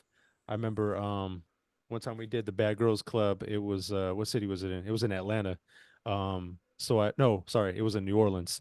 So for that like week or two, me and the homie, we just made a bunch of stuff that sounded like New Orleans. So I was digging into like Master P, all the No Limit stuff, all the Cash Money stuff. It was The really good just old days. just emulating that. So Yeah. that was a fun experience, and Hell yeah. stuff like that with different genres. That's dope. Yeah, I seen your IG the other day. Might have been yesterday. You were promoting the Wash Your Hands Yeah. track, and you were talking about that a little bit of your history of being in TV and stuff like that, bro. That's pretty dope. Man, appreciate it. Yeah. It's just yeah, grinding. I've been at different places because I know Mix was laughing, but yeah, you never know. You have these different connections or people that come into your life that kind of just help take you or put you in a different No, He was laughing because he's got 1,000 stories like that. Oh, yeah. no, it was just the way That's you real were life saying. though. Yeah, it is. It just reminded me of that. Yeah, So, no. yeah, I'm not even. How about you? You look like you got a bunch of stories like that. Oh, Especially right Mixman, now, the Dom. Mixman truly does. Mixman Yeah. truly Don does. Sean. I believe it. Because Sean is like somebody's uncle story in that fucking. He's at least a dozen people's fucking uncle Right. story. Hey, uncle stories are the best. They are the Yeah. best, bro. Big Sean. Sean the Dog. Don. Don Hell Sean. yeah. He got that name on our last chat. That was funny, so I love it. That's funny. You guys good? We need a break or anything? Let's take I gotta Quick take a five? little. Yep. Let's Okay. take a little fight. All right, pinkies Break up. five. Back from the break. TG was giving us a pretty good rundown back on some of your origins of getting into music production and everything. So yeah, I don't jump back in there and let's get the flow back onto the story and then go ahead, jump back in, sir. Yeah, no, for sure. Yeah, the Magic Studio days, right? Let's see. Yeah, so after that, let's see. ended up getting my first studio in dang, I think like 2008 or something. I'm about to sound old as heck. That's all right. That's all I know. Yeah. Father time comes for us all. Yeah, right. Yeah, so I think I opened up my first studio in 2008, and that's a studio that I met Chima at. We met through a friend, well, another producer engineer that I still rock with till this day. His name is Peru. He has a Yeah. really huge record in the Latin market, Dope. and yeah, I mean he's amazing. But yeah, that's who I think they had a gym class. Or they went Gym class together. Yeah, Yep. Cerritos Then- College, bro. Cerritos College. Then one day he pulled up with Chima and was like, hey, like this is the homie, like he wants to check out the spot, and then we've been locked in ever since. I mean, yeah, like you said earlier, that's like 15 years or something crazy. Damn. But That's man, good. I started with Magics too, man. I got that shit from Comp USA. okay.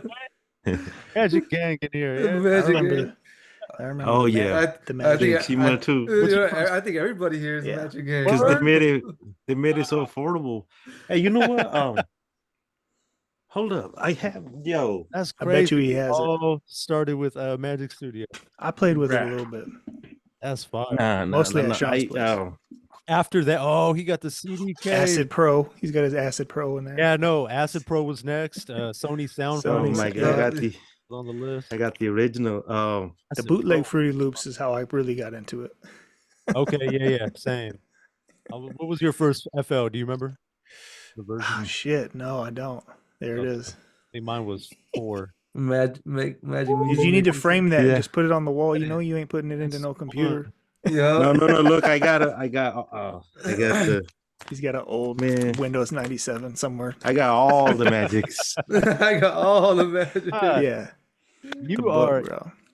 you're That's a the museum. addict, yeah. Yeah, Yeah, dude, you should frame Look. that, Sean. Magic And, Gang. Real. acid like the Ooh, that's Yeah. throwback. Yeah, bro. That I'm is j- a- yeah. I was on acid acid for, DJs like Sonic Foundry before they went Sony or whatever. yeah. wow. I forgot about that. Yeah, there's a lot of original shit in here, but there's It hella got whack. bootleg. It got whack when it went to Sony. Yeah. Yeah. Hey, you know what's Fuck. crazy? I got the original Windows. I told you he was ready for this, but just in case he needs to boot those systems up, just in case. But there's too much bootleg in here though. This is too much bootleg. You Yeah, had to. I don't remember which version of. I even had this, man. I tried to figure this shit out. Oh, like a tutorial, piano tutorial or something? No, you could actually make music in here, but the layout was so difficult. I was like, bro, this seems Yeah, like it's, homework. that one's like traditional music. That looked like you printed it and put a little sticker. On top of it. Yeah. Josh, you remember this? Of course I do, bro. That was our college days right there. Yeah, That's this it. I ended failed the up- pop quiz you gave me on an episode a while back. It ended up becoming freaking. That's for publishing like books and magazines, and, Adobe InDesign. It ended up yeah. becoming later or on. like packaging stuff like that. Yeah, man. Yeah. So you guys had that, Yeah, that so mutual connection. My Yeah. bad. yeah, it's all It was a wonderful sidebar. Yeah, Hey, right. sorry. No, it just takes me back. It just, you know how you. It was kind of affordable. It was like no more than $70, and then you came home and you felt like you were Dr. Dre now. No, real talk. That's what it is. Yeah. You know, you're like, oh, dude, I do this. Look, I got the drum and I got the bass, and look, 4 bars later, watch. Yep. Yeah. So Magic Studio was so pivotal to me, just learning music, and especially within a computer, within a box. Yeah. And just learning song arrangement because Bro, the drag and drop feature was everything. How you brought, everything. yeah. And You that put the loops. they were kind of like the first, they were like the first splice, right? Because Mm. that means they had a bunch of sounds in there, It's so all- like throwing stuff in there and learning how to like form a song. Mhm. Yeah.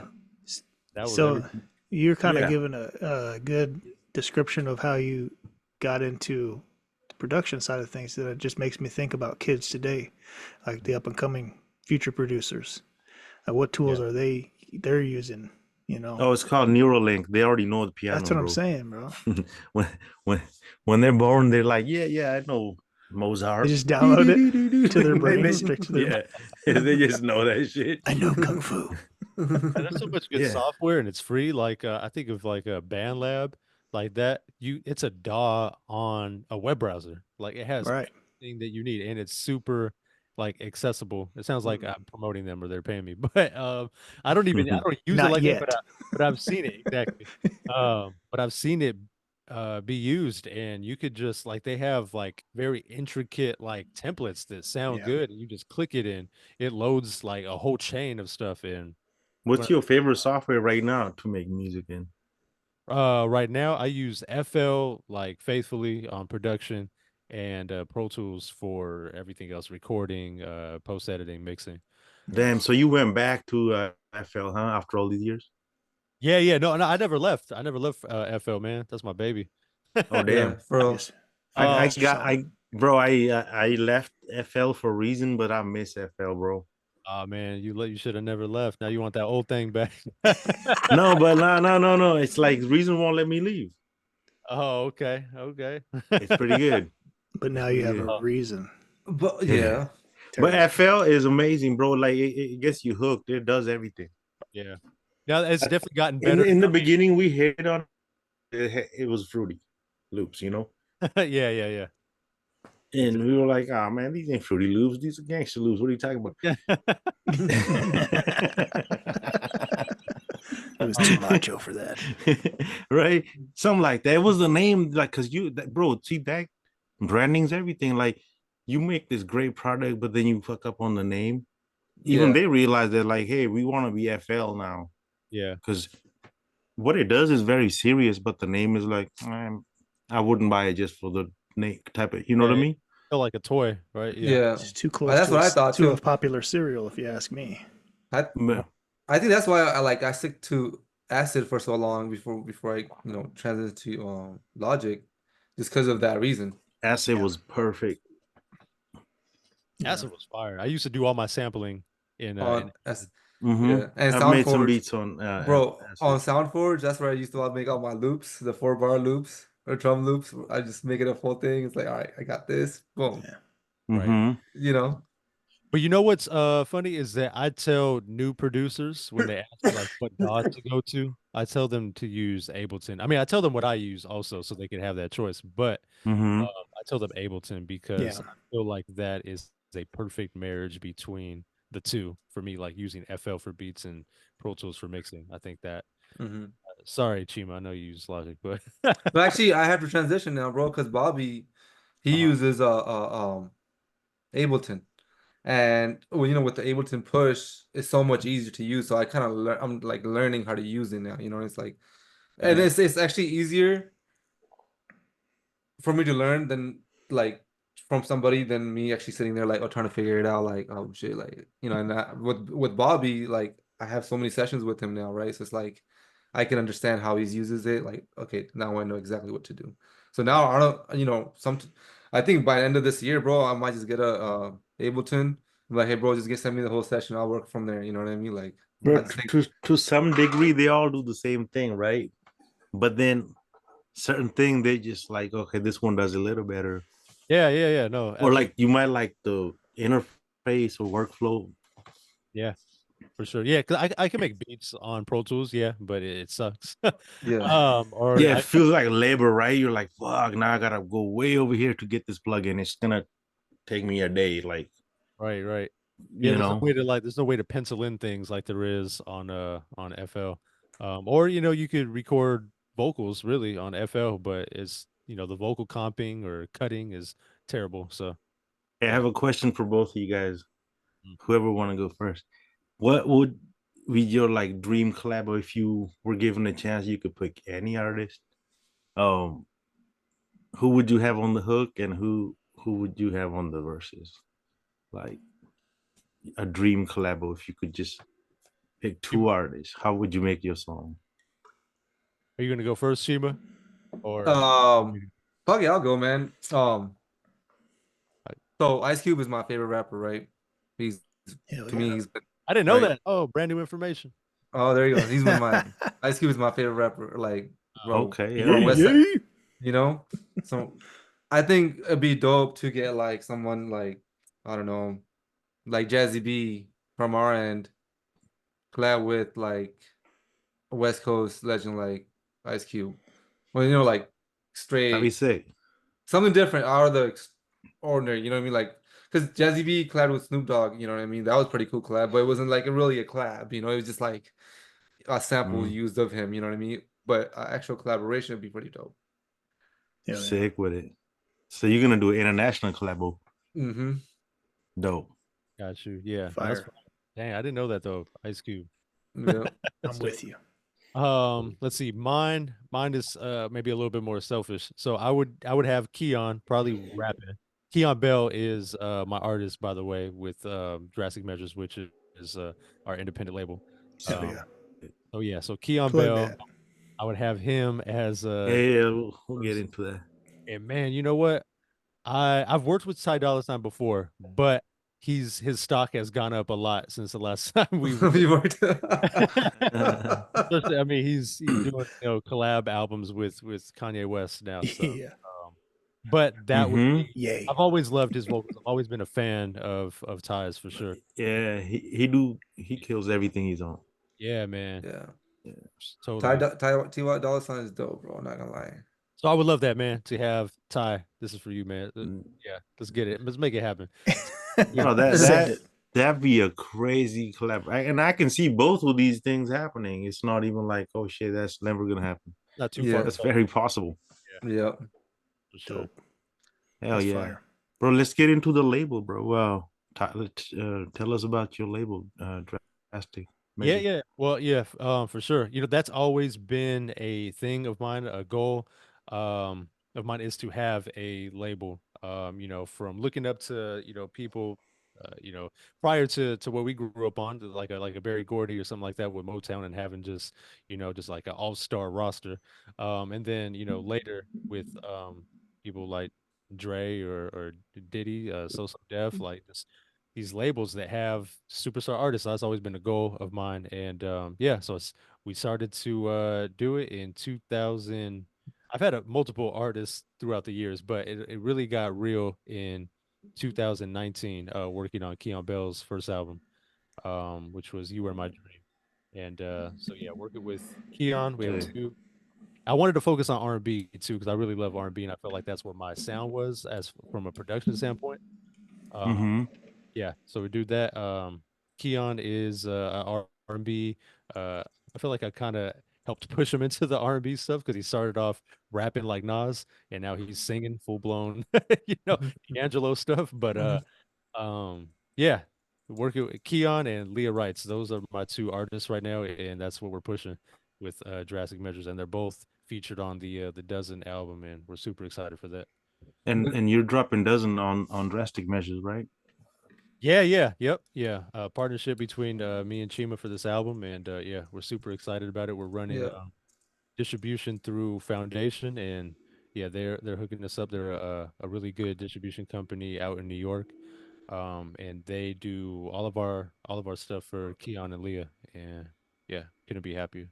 The craziest part is, bro, so first time I heard Drastic Measures, right, was actually at the first time I went to the studio in 2008. Yeah, It's called Drastic Studios or something like that, or Drastic Measure Studios. um, yeah, but the measuring lab, I think we It had was the measuring lab, right? Yeah, the play measuring a lab. play off the Jurassic measures. Yeah. Yeah, Um, that's Yeah, crazy. man, that was the spot, man. Like people don't know that was the first spot, the one at Bellflower, and that's where I met Glasses. He would come over there, and we would work all the time, and we built our relationship. And Man, David when I Rolas, yeah, David yeah Rolas yeah is, David Rolas, and like I was saying, like Glasses, like he was the big homie. Like this is when Certified was cracking, and I mean he was still signed to Cash Money at the time, and he had huge records on the top 100. So everybody that was coming up from the West, like they would come to the studio, and meet with him and talk to him and pick his brain. Um, so I met everybody. I met all of like TDE. They would all come. This is before they were really like cracking. That like version of TDE. Ty Dolla $ign, I remember when Tooted and Booted like just it didn't even hit radio yet. It was about to. and him and Joe Moses had came to the studio, and they're like asking for his, advice, and he's just like giving game, and I mean, he loves to do it. Yeah. Bro, totally random geek like question, like studio question. Like, how do you keep your ears from going crazy with like headphones on like so much? Like, Uh, how do you like, like you don't be like, hey man, I don't want to have this shit on me. oh, Like, I don't really wear headphones too much while I'm mixing. But I mean, headphones they do bother you. It just Yeah. take breaks. Yeah, take breaks. But when I'm mixing, yeah, I don't do that. I try to. I don't know. I probably have it louder than I should. Chima knows he's in there all the time. We're just they Yeah. say you're supposed to have it low, but something for me, I need to have it like a little louder so I could feel it. I feel like it gives me energy to have it louder so it could really get me into it. so Um, you don't mix in the headphones?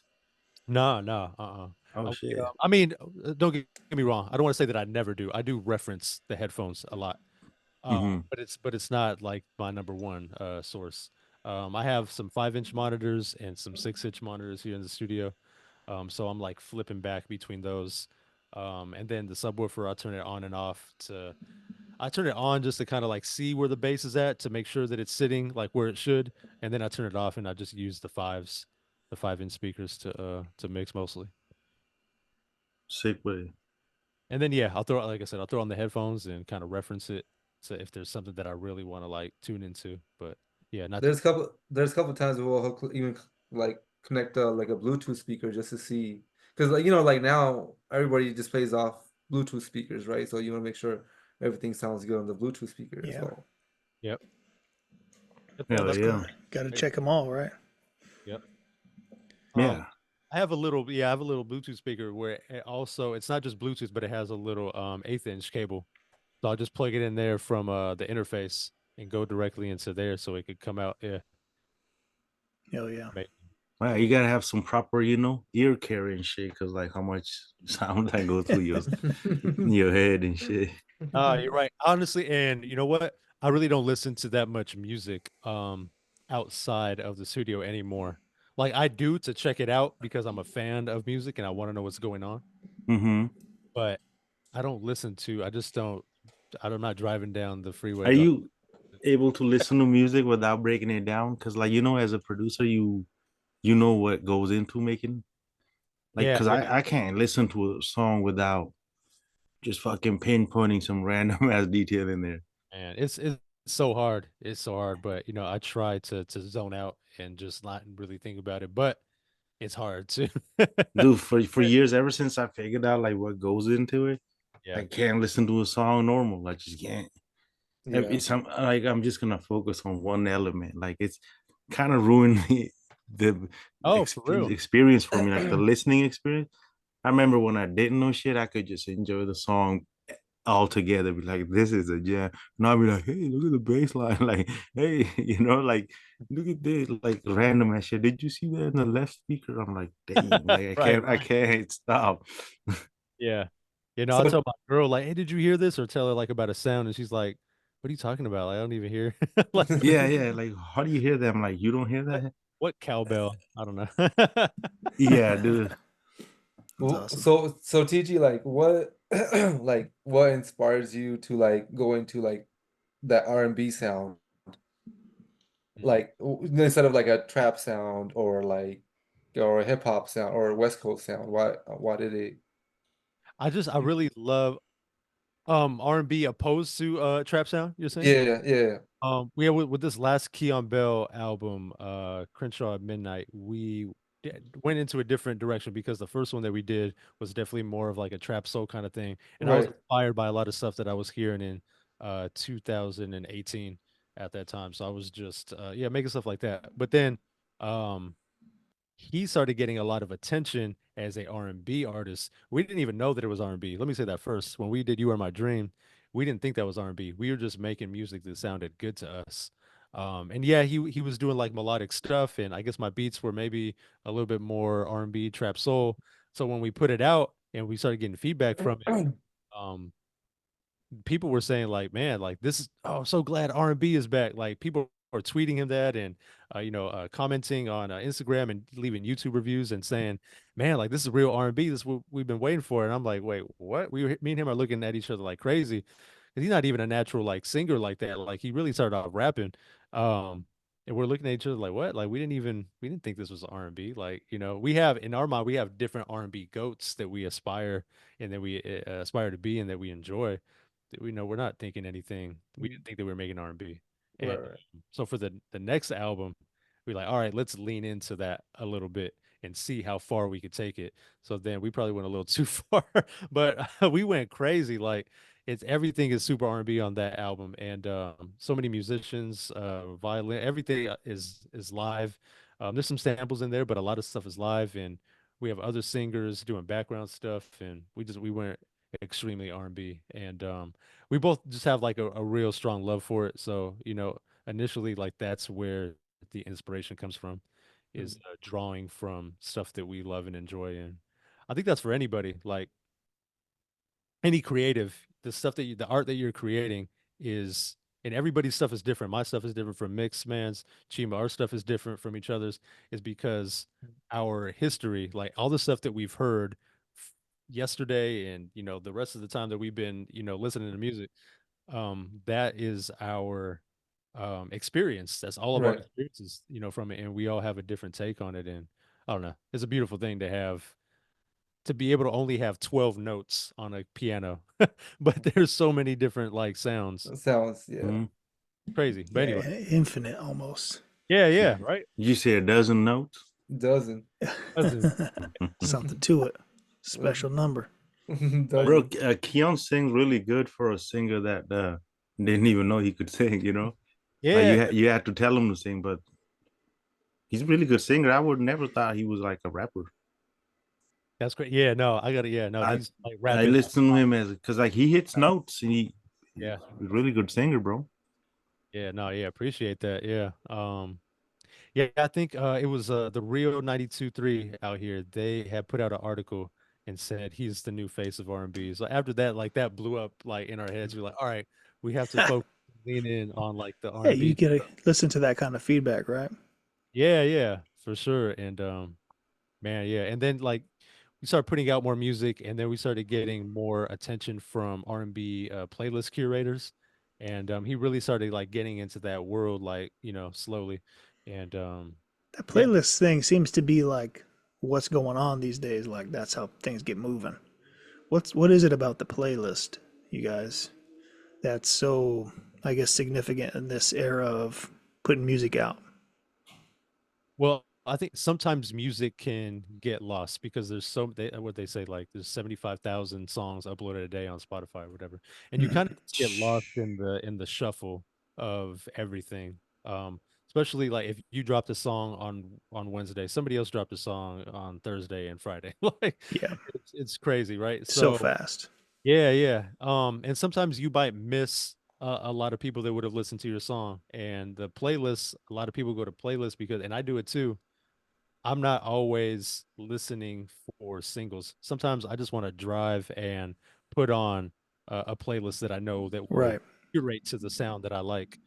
And it's a good way to discover new talent also. Okay. Uh, Mm-hmm. Yeah. so just to have like a place for that, that a designated place where there's a bunch of listeners and you have a bunch of eyeballs on it like that. I mean, that's everything. Yeah. And there's always then it seems like there's already like a circulation push. The algorithm takes the playlist and recommends it and Right, things right, like right. that versus your channel that's one of a zillion channels on the network. Exactly. That's what I'm tracking, but it's good to hear you guys know how because you've been playing stuff into it. But a lot of folks don't know behind the scenes what that looks like. They just log in and listen to music. Music, exactly. You I know? think 90%, 5% of those people that have Spotify, right? They look for those Spotify playlists, right? Because everything's in Right. that, and that whatever you want to listen to is in there. Like if you want to listen to new Punjabi, it's on there, right? Yeah. You want to listen to new hip hop, it's on there, right? Whatever, or like, or you can go and search for like a West Coast anthems. It'll have a playlist for it, right? That Spotify already built, and Yeah, Mm-hmm. for sure. all the West Coast anthems are on there. You know what I mean? For Yeah. sure, for sure. And you know what? Besides Also, I would say it's kind of like a platform, just like if you wanted to be featured on a VH1 or MTV. What was it back in the day? The like the movie, like when they released a music video. What was The it called? premieres. No, the premieres. Yeah, yeah. Like it's just kind of like a platform, and Yeah, playlists they usually they'll have like a designated audience already. got Um, you. and it's kind of become like a just this thing where it looks more official, I guess, or you look like you've been taken serious, Bro, you know. bro, back in the days, people Yeah, used it's to like, oh, you got the on the playlist. You hot you now. would give your music video to this one person, and he would make all these DVDs like a compilation, and he would drop it off at the barber shops. So Yeah, you had to make sure like he's the your video gets to this guy. he's handing it to the guy that's gonna get you on your way into Walmart. Yeah. While you getting a haircut, you have no A choice mixtape. but to listen to Yeah. this song. That's the new playlist creator, right? The Yeah, man. Yeah. That's Go so Todd. funny. That's so Go Todd. funny. time to change. That's crazy. Yeah. So, we're kind of in the back hour of our conversation here. Um, and I want to make sure you guys have enough time to promote what's coming out and like what are you working for promotions? What can people expect for the album and things in the next week, 2 weeks? Let's see. So content. The music Content. the music is done already.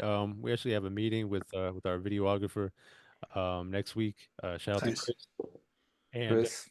yeah, we're locking in and trying to plan out how we can promote this. There's so many artists involved. That's the interesting part about this process. It's not just Chima that's going to be in front of a camera.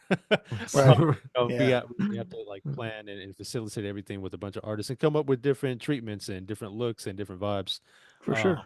but that's it. Now that the music is done, it's the content Yeah. to help promote it or all these like little music videos.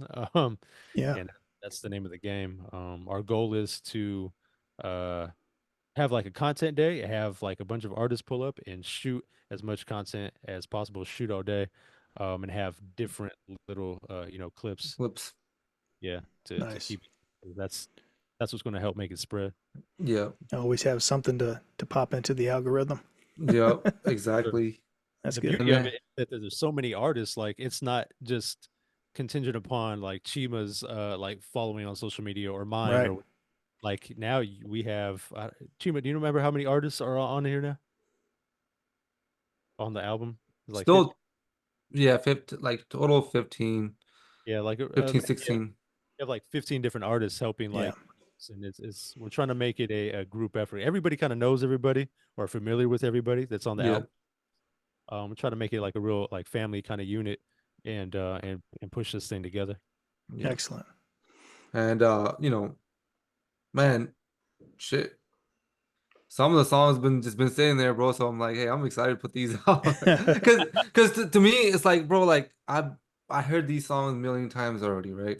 To Yeah. me, it's like old, right? I'm not Yeah. saying that's not I'm not knocking on the album or anything like that, right? It's just I feel like they're old, right? Because I heard them, I made them, I freaking I was there from the get-go of it. So it's just now I'm just excited for the world to hear it, Yeah. to get that perception back. Like, so people that have like you, Mixman heard it, TG definitely heard it. He's been through the whole ride. But Yeah. TG, I had a question for you, man. Sure. Actually, I wrote this down. I just remembered because it was Sai. Um, what you recorded now, bunch of Punjabi artists, right? Mhm. What has that experience been like? I never actually asked you that. Yeah, yeah.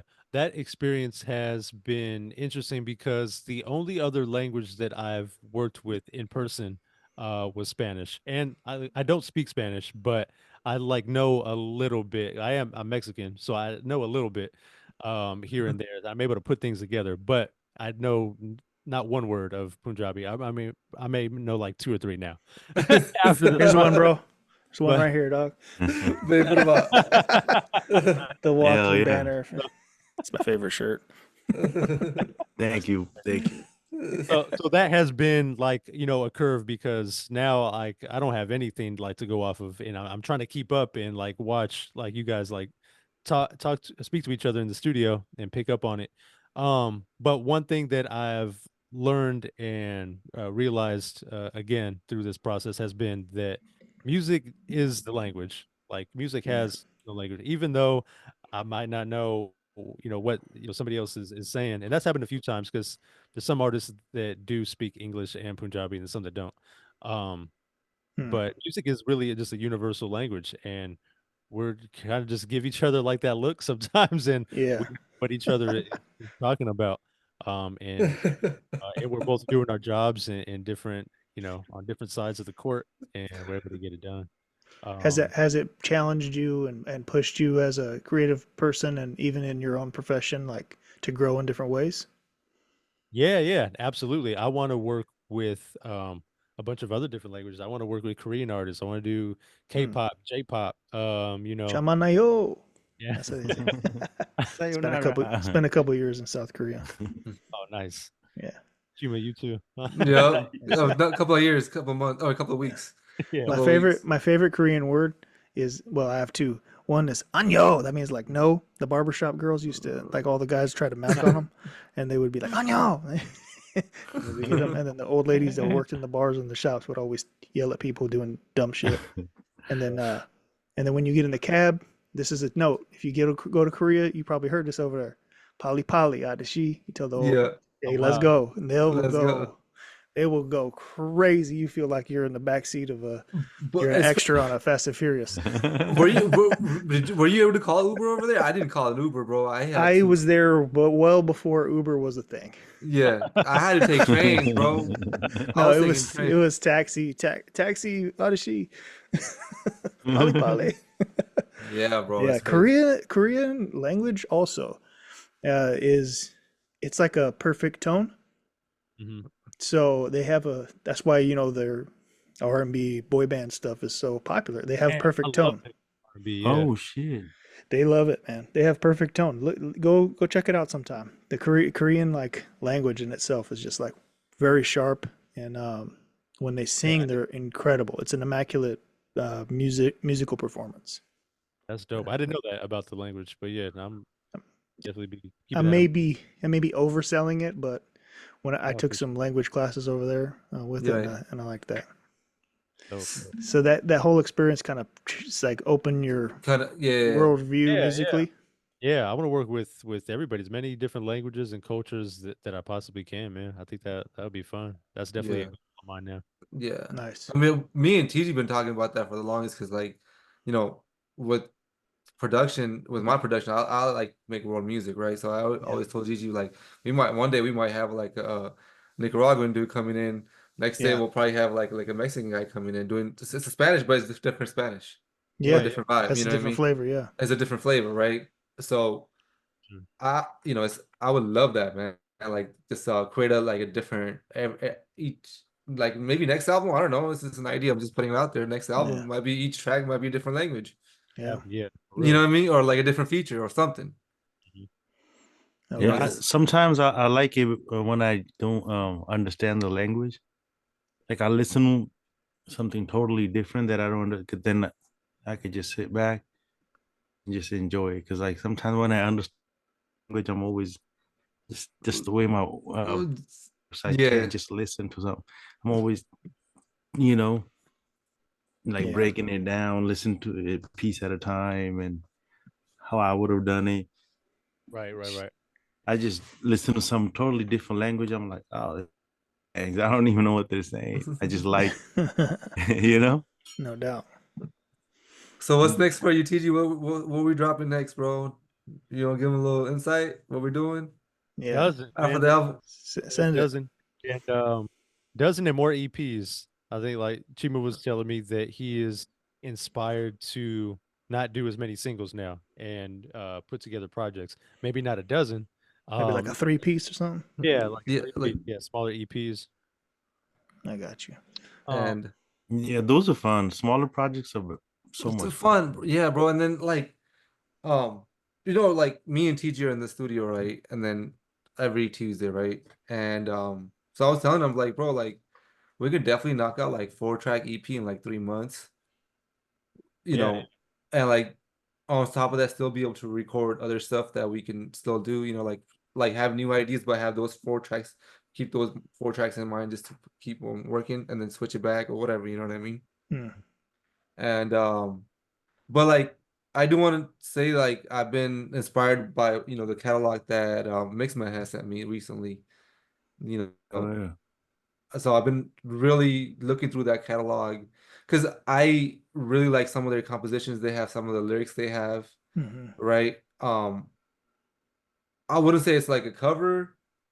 You can call it a cover album or EP or whatever, right? But we're taking the songs from like 1970s, 1980s, right? I'm just sampling. I'm just call it Sample, sampling. let's just call it sampling, right? Yeah. But turning him into like a new 2024 or 2025 But with version. permission and shit, you know. So So it's like more official. So that's something that me and Mixman we talked about doing. And me and TG already started working on some of those tracks. We're Exciting. Yeah. we're working on those.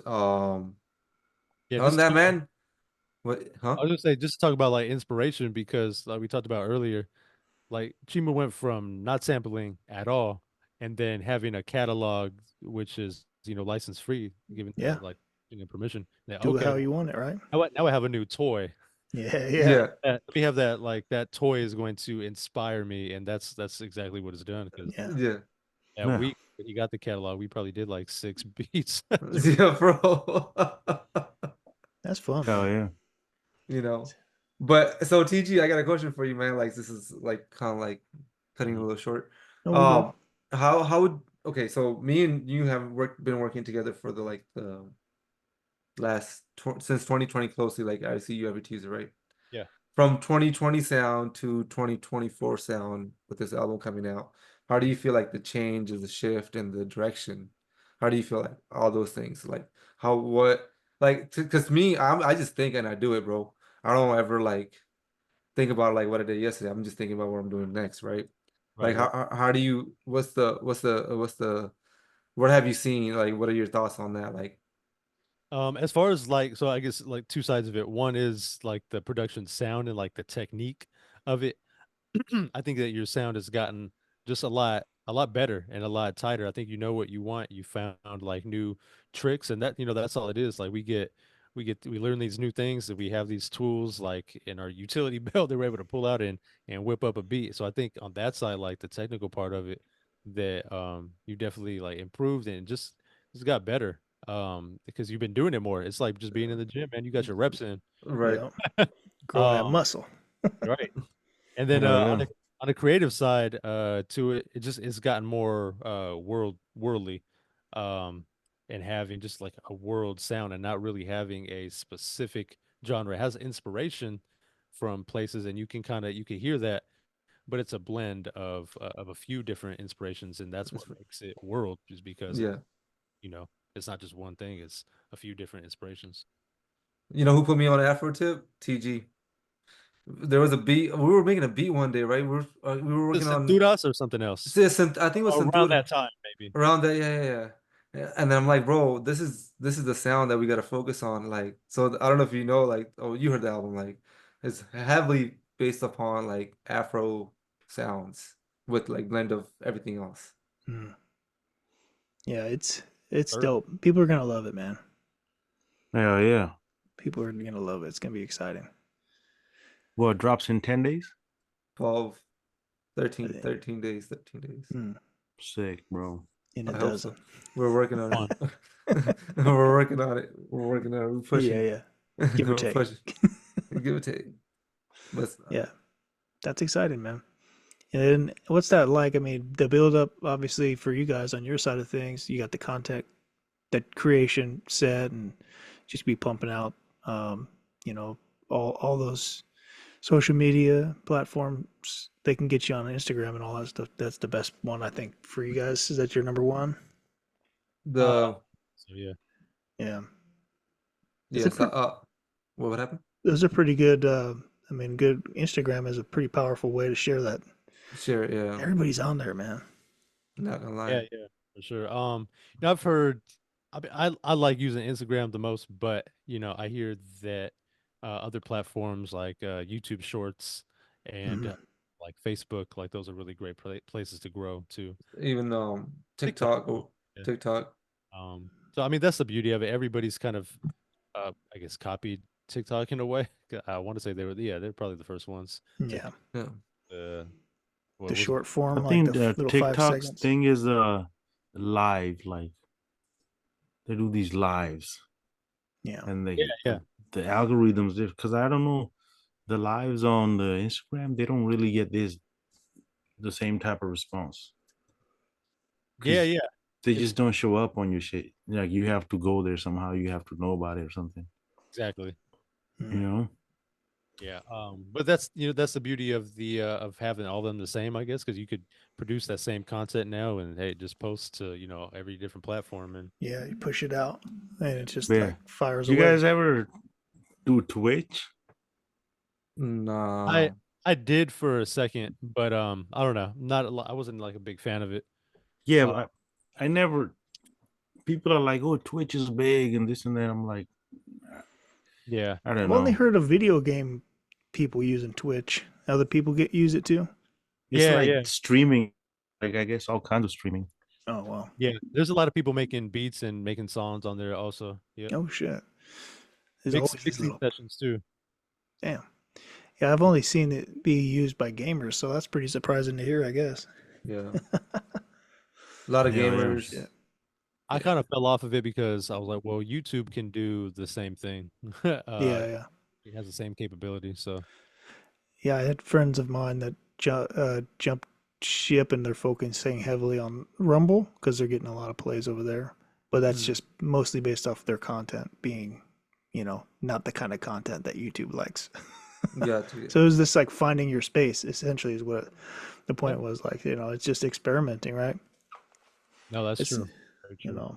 we've only done what, Sean? This is episode 25 for this Mm-hmm. podcast. And, when we first started, we didn't do anything other than just push it to YouTube and Spotify. And then, Mm. month 1 or 2, we had some guests. Our guests were like teaching us how to do stuff. Oh, you don't know how to use Instagram? Man, you don't know how to make me a collaborator? I'm like, hell no, dog. Tell me the tricks. Yeah. You guys know a friend of Sean's and a friend of ours, Xian, another producer. Yeah. Yo. He gave us some big nuggets on YouTube. Taught us some really good. He's really fucking good on YouTube. So Yeah, he's good at multimedia. Yeah. yes, Well, in general. Shawn, he's just a legend overall, bro. Yeah. Sure. Like it's in the Real scene. What talk. he's just what he's done for the Punjabi hip hop, Yeah. everything. Yeah. Yeah, he's Where a it is, beast. like he's up there. He's a beast. He'll be back. He's Oh, yeah. definitely part of the history, bro, for sure. Yeah. If you bring him back, invite me, bro. I got a couple of questions to ask. Yeah, Matter of fact, we'll hey, we should do that. Be like, yo, Yeah. Shawan coming back. Everybody Yeah. submit your question. yeah. We'll do that. We'll do that. For real. Okay. Yeah, no doubt. We'll have that up. Yeah, that's good. So what else is going on for you guys? You got the album coming up, and then you're saying maybe shifting focus a little bit after you kind of get the, you're probably going to lean heavily into album promotion and things like that with the Yeah, content for a while. But Yeah. But still working on music, man. Because Yeah. I feel like, well, TG knows this, bro. Like I sometimes I make 3 or 4 songs a week, just ideas or whatever. I might just Yeah. remix a song, but it's just an idea of a beat, whatever. Like just like TG the other day was just playing me a Xian song. I just heard the first 30 seconds of like, hey, bro, let me have that. Yeah. Like, cause I want to work on it. You know what I mean? Like, just cause I'm just like consistently, like, cause now like technology is so easier, right? You can take Mhm. acapella from anywhere and make a remix or whatever, but you don't have to use that as a remix. You can use that beat for something else. Got you. It's just an idea. It's just an inspiration to make a beat, right? Yeah. And Yo, what about all these AI covers, man? Isn't that crazy how you can fucking put an AI thing on anything? Like you can make a Oh. song with like uh, Tupac. Where they Could we- took Tupac and they made him sound like he's 1920s. Did you guys ever think that would be possible in like the music creation world? Like Yeah. that you could do a song with I 100% did, bro. I watched too much sci-fi. hey, TG, should we give him a little insight? Yeah. All right, for sure. So there's a song out. There's a song out right now on my profile, Spotify, iTunes, whatever, right? It's all AI vocals. Ah, hell yeah. Is it a secret which one it Oh. is? That's the hey, nope. I'm not gonna tell you which one it is, but there's So we one have to go song figure out. it out ourselves. Gotta find it. Yeah. You gotta It's find the it. Easter egg hunt. You get a Yo, there's prize. even okay. So check this out. So the You day put we a mix it, challenge out to everybody to see which ones they can figure it out. bro. There's one song that's all AI vocals. Music is all original, Yeah. but the vocals, the acapella is all AI. Hmm. You were just screwing around, weren't you? Well, I was, bro. Who's the singer? Is it Tupac? No, it's G Sing and his brother. Oh. So I did it. I just gave it away, huh? You Yeah. gave it away, brother. Well, I mean, you gotta Breadcrumbs. There's find still all- breadcrumbs. No, but yo, that's No. a really good way to do it. The investigators are going to put their investigator I hat mean, on, Right? narrow it down real quick. That's like oh, actually, that cracks me up. Since you said your favorite rapper is Ice Cube, yeah. and my favorite rapper is also Ice Cube. Respect. Oh yeah, So bro. you know, in the song where he's talking about today was a good day. Yeah. There's like this video this dude did where he fucking like broke the song down to Down, where he yeah. could legitimately found out like what day it was that Ice Cube was actually rapping this song because of all the What? bro. I'm telling you, because he's talking about he gives all these details. yeah, because he said the Lakers beat the Supersonics or Sonics, whatever. Right. yeah. He's So, talking about what do you, it's the in the song- timestamps. Yeah, There's he has little timestamps little in there. nuggets. He's like, oh, you got the choppers flying, you got the Lakers beat the Supersonics. So there's that alone narrows down to what day it could possibly be. Right, Because they right. only play each other so many times ever. He's like So, January yeah. 3, 1999. That Shit was a cracks pretty me good up. day, according to Ice Cube. That actually makes pretty good engagements with you know, if you think about it, like you talked about earlier about making an album that has a theme. Yeah. Having hidden Easter eggs and shit has been a note for success. It would be pretty fun to like make a project that had Easter eggs in it, like you know, like Marvel does all their superhero movies. right. People fucking sit through the entire credits And then for a just look 20-second like cameo. Come I on, know. you don't? Yeah, I'm there to the end. Oh yeah. Yeah. I'm just sitting there, bro. I'm waiting That's what I'm saying. It's like, until the lights turn back check on. Google. You check Google. Is there a cameo Yeah. for this one? First thing I do. Yeah. Well, Right. Well, how many end credit scenes are yeah, there? that's right. Because they used to do like 2 It's a bit in the end. torture. There was a Damn. good one, and the Deadpool Wolverine had a good one. So when we were mixing that song, right? I didn't even tell TG about it until like he was in the middle of the mix. No, you didn't. That's funny. I was like, hey, bro, you know, I gotta tell you something, bro. I can't hold it on anymore. I told him I was like, I can't hold it in anymore, bro. You're mixing like AI vocals right now. Because you know, like for us, it's like we're like, because they sound so good. They sound so original, right? Yeah. Yeah. And we're like, you're like, he's like, no way. But now I can see it. Like now that I listen to it, I could hear it. But like if you listen to it as a normal person, you can't tell shit. Yeah.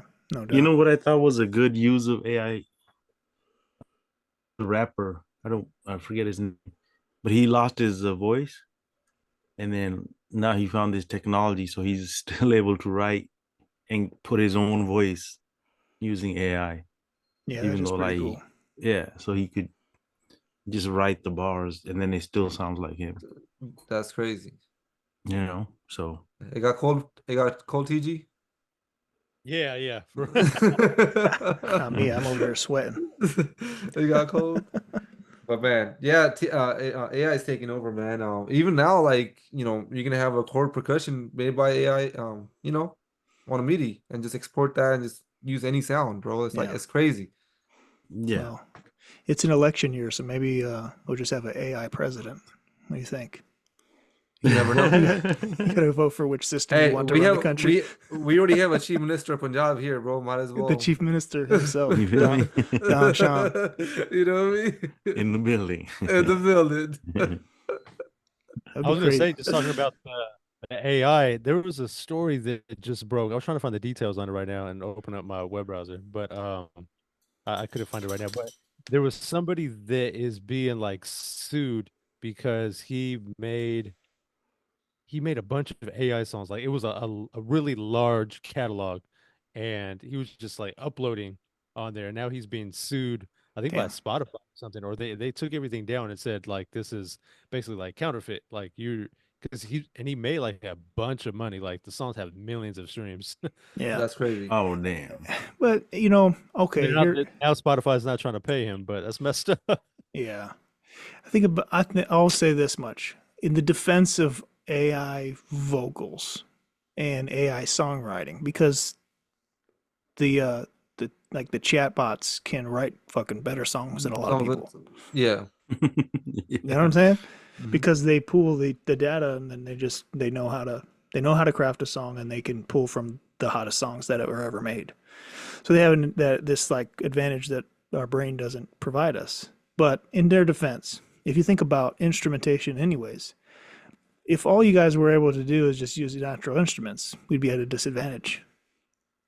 All right. So we're using technology to give us the edge on creating instruments and all these other synthesize things, looping and all this other shit. Where Programming a beat. right, the live musician back in the day was probably making the same argument about that stuff versus now electronic music as Fuck it your flowed drum in. machine. Yeah, what? Fucking give me a John Bonham right now. Yeah. Yeah.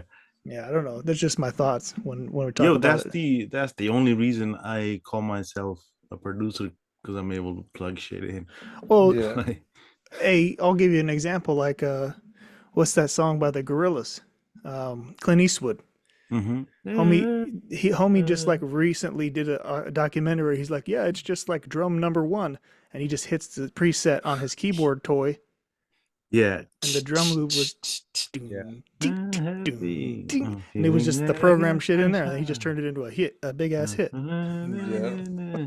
It's coming on. It's coming But then on. you're sitting over, we're all sitting over here slaving behind these songs for hours and hours and hours, and this fool just hit Um, play. Rihanna's Umbrella, all the drums is just a loop, a Oh, from Logic, Logic. a Yeah. Logic Yeah. loop for GarageBand. It's the Yeah. stock, Mhm. like the Yeah, stock drums. yeah. It's like the first or second loop. Yeah. Yeah. Fuck. There's something special about simplicity, Yeah, I for know a sure. lot of songs that I like just stock loops. They didn't even go looking. It was just like, all right, this is the first thing I found. Yeah. And they're super hits. Yeah. Yeah. Yeah. I know a few. We got one. Yeah. We got My one. bad. I just found that article. It says feds indict musician on landmark massive streaming fraud charges. Federal prosecutors allege a North Carolina musician used bots and thousands of AI songs to fraudulently earn 10 million in royalties. Shit. Oh my God. That's You better crazy. see, if you're doing shady shit like that, my friends, put that money in a foreign account. Get the fuck out of town. You cashed out and get out of here. Hey, I'm not so, promoting illegal shit. I'm just hey, saying. hey, TG, what was I that mean, process? Oh, my bad. show us how to do that, man. No, that's it. We That's- we'll make real music. Just show us how to do the My bad. I got one more anything. question for TG. Send it, bro. Hit it, hit it. TG, so what was that process like when we were doing Follow Friday, right? We would the process of making a song, recording it, releasing it within a week. What was that like for you when you were doing mixing the songs? Because I would have a song for you every Tuesday, bro. It's gonna come out this Friday. We gotta mix it down tonight. Like, well, I know it was like a little bit of pressure, but at the same time, like, how were you feeling about that? I like it. I like the pressure. It it puts you like under a shot clock to be able to work and deliver like, under And bro was on a Mamba mentality. yeah, no, it's fun. I like stuff like that, and it makes it better when there's kinds of two drastically two drastic sides of the situation, right? Because there is a situation like that where it's time to work on it. It's grind time. We have a release date already, but the song's not even done, but it has to get done. And there's that, which sounds, I guess, stressful or could sound stressful, but I prefer that over I'm recording a song that I don't know if I like. I don't know if it's ever going to come out. You know what I'm saying? Like, there's two totally different things. So if I had to pick one of those, I'm picking like we No, know that's a we know what we're That's doing. interesting because you know it's going to be released, so you're like, this has to be release ready. And yeah. I work with a lot of people, and sometimes, um, depending on the artist, they're not always goal oriented, or they maybe just don't have a plan, or maybe they're just super creative and they're just not like on it like that, where they see the road clearly. Yeah, Um, and it's just a bunch of music that never gets heard. So, Yeah. no um, doubt. but yeah, I like the pressure. That's what I can say about that. Yeah, no doubt. So Stick on with the, it. um, I wanted to ask one more question about Drastic Measures. You guys are based out of where? Long Beach? I'm from Long Beach, but no, the studio is in downtown LA. Okay, got you. Yeah, really close to USC. Okay, understood. Like off the 110 somewhere in that Yep. area. Got you. Mhm. Okay, dope, man. Yeah, how many artists do you have on the label with you as well? I know you'd mentioned two. Yeah, yeah. Yeah, just the two. Okay, Leah got you. on Bell, and then like me and Chima are rocking on this album through Drastic Measures. Nice. That's And exciting, then, bro. but like Xian, he works with a lot of writers as well. So we got like J Real, we Yeah, got Tubbs, like where Yeah, like no, yeah, we got a big team. I'm yeah, sorry, as far as the artists, yeah, Leah and Keon, but yeah, it's like Chima was saying, yeah, the team gets deep. We have songwriters, J Real, Tubbs. We have videographers that are on the squad, Starks.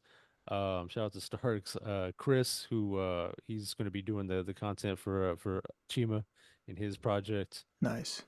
Yeah, the homie Pure, he's an engineer and producer. shout Uh, out to Pure, yeah, shout amazing out. dude. I Ryan, think Mixman met him too. yeah, yeah, yep, they had a session together. Yeah. Oh Ryan yeah, Yates, yeah, yeah. Hell yeah. songwriter. Yeah, he was substituting for TG. Yeah, yeah, yeah. So, Yeah. love it. Ryan Yates, he's another boy of mine. He's a really dope songwriter, dope artist. He's on Keon's last album a few times. Really great R&B singer. Nice. Yeah. Hell yeah, man. Well, definitely. Let's do our key takeaways, Sean. What you think? We'll go around the room. Just reflecting back. Something we do at the end of our show is just a little bit of key takeaways, and we'll go around the room just one at a time. Chima, you want to take the lead, man? This is, it's your dozen, man. What you got, man? Key takeaways from our conversation Well, today. What you want to leave th people with? thank you again for having me, man. Mixman, J Wills, I appreciate you, man, from the For bottom sure, of my brother. heart. Um, album comes out within 12 to 13 days. I'm super excited. Can't for it's a world music album. Um, shit, all my influences are on that album, like different, just musically, Yeah. So it's like it's different, shout out to TG for like enjoying the shit out of it, putting up with my fucking bullshit. Sometimes I'll be like, hey, bro, I'll be like, we gotta do this, bro. Like, fuck, I know you hate it and I hate it too, but we gotta go through it. You know what I mean? But Hey that's man, just my bad. It's leg day today. yeah, yeah. No, so yeah, it'd be like that, bro. Like, but one thing, I do know that it's like, hey, this is, it's it's a team effort. Everything's in a blessing. Thank you for having this platform for us to like actually, share our story and shit, man, like promoting it at the end of the day, like it's part of a promotion. I'm always here, and Mixman always opens door for me, man. It's like it's just one of the biggest greatest brothers ever. Appreciate you guys. Hell yeah, bro. Thank Anytime. Makes you Sir. want to go next, or TG you want to go next? Who's up? I can go next. Yeah, this is you. y'all Sounds show. TG, TG. I'll go next. I'm TG. shy. Uh, not the Don. not the Don. Yeah, no, key takeaways. I just again, yeah, just to reiterate what Chima was saying, I just appreciate you guys having a platform and giving it to us to be able to speak about ourselves and talk about our history and our lives and how we got started with doing music and to promote this great album that we've been working extremely hard on. Yeah, Yeah, bro. no doubt. Yeah. Because yeah, it's time. It's funny, as soon as you put there's a lot of work that goes into the music stuff, like a lot, especially with something like this where you're working with so many different people. Yeah. And now that that's done, you get to put that baton down, but now you have to pick up another one, which is the promotion. Yeah. Promotion.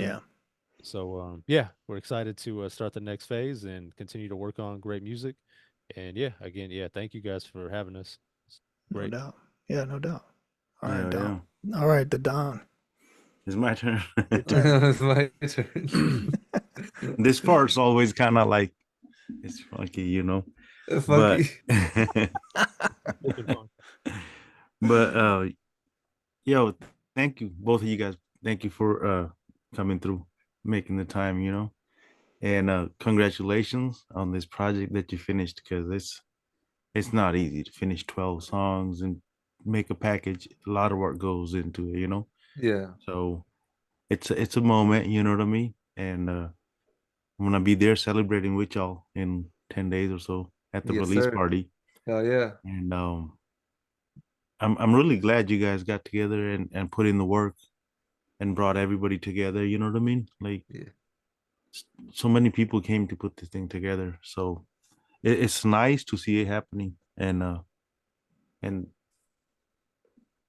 freaking TG, you're crazy, bro. You're amazing at what you do. So it's uh it's dope to work with you too. Yeah, I So appreciate that, man. Likewise. so it's a blessing, man. Like when good things happen, there's like a big force behind it. You know what I mean? God Yeah. wants shit to happen, so it's happening.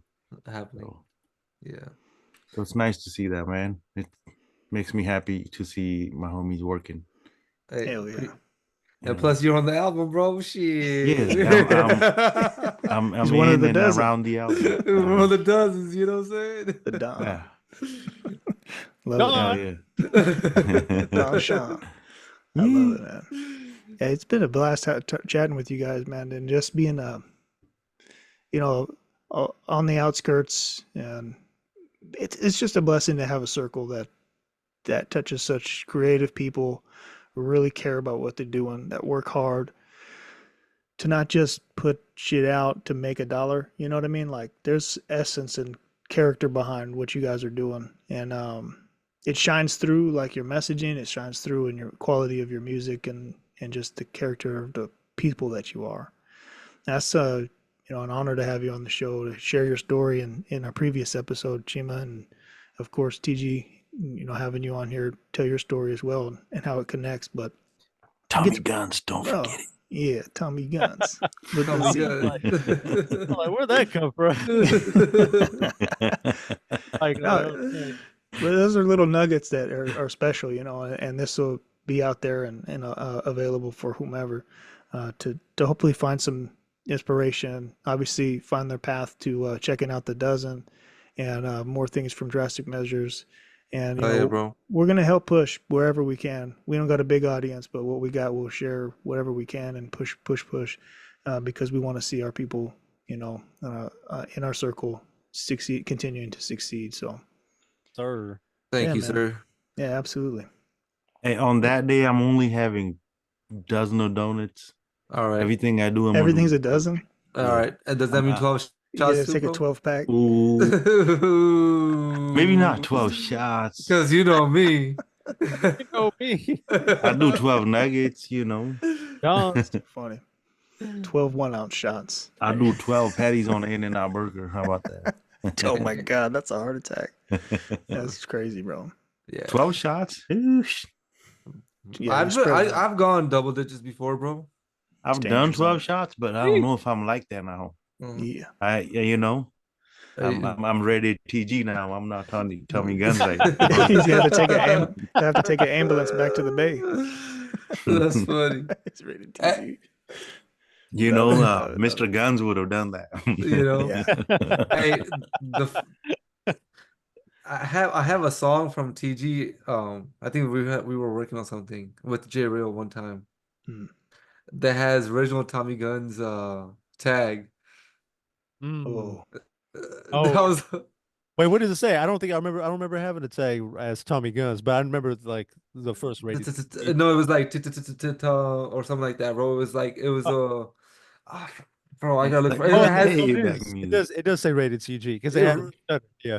yeah, or something like no, I the was one still I was still going by Tommy Guns though at the time. Yeah. no, the song with Nipsey and Snoop and Glasses. Uh huh. I That don't. song. Yeah. I think you do have a tag on there, bro. No, I don't have a tag on there. I know for sure. Yeah, Glasses he was opposed to tags. That was like it was barely the tags were barely starting at that time. Wait, so you got a song with Snoop, Nipsey, Kendrick?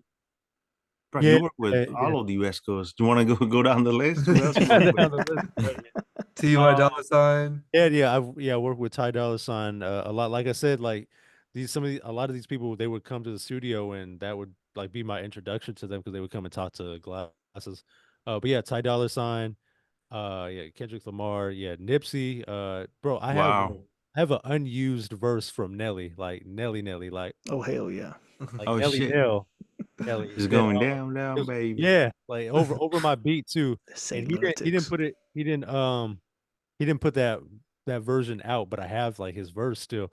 But what's crazy who's on the song is Let me use it, bro. E40. Hey, let Oh me get yeah. that. Let me get that. Is E4 yeah, E40 he's on the song, and Kid Ink is also on the song. Dope. Bruh. And Exhibit, there's a remix with Exhibit on it. Yeah, just so many, like, yeah, That song should come out. I've worked with To Game. hear Nelly and E40 together, that'd be dope. I've never heard them together. Yeah, yep. That would be cool. Country Grammar and freaking E40, you know? The yay. Loyal to the soil. Hell Bruh. yeah, man. That's good shit. Who else? Who else, bro? Keep on naming. I know you got a lot of name drops right here. Come on. J-Rock, Sugarfree, man, that was a story. I worked with Sugarfree a few times, but Damn. OG. there was a time where so we had a session with Sugarfree. By the way, his sessions are like crazy late. So it might start like at 9 p.m. Mm-hmm. This is the first one. It started at 9 p.m. and they didn't leave until 2 p.m. the next day. Damn. Oh, yeah. Holy shit. So at that time, like I'm super young. I might have been like, I don't know, maybe like 21, 22 or something like that. And me and the homies, Peru and Gymnase, we were all like taking turns, but I didn't prepare for it because I didn't know it was going to go that long. I thought it was starting at 9, maybe we finish at 1 or something, like at the latest, maybe 2 at the latest. So why is he recording one word at a time or something like that? Almost like a bar at a time. And I He's mean, even like, before he starts recording, we probably don't start recording until 2 a.m. oh because my god. 9 to 2 a.m. is just vibes. It's just vibes. Him like talking, chatting with people.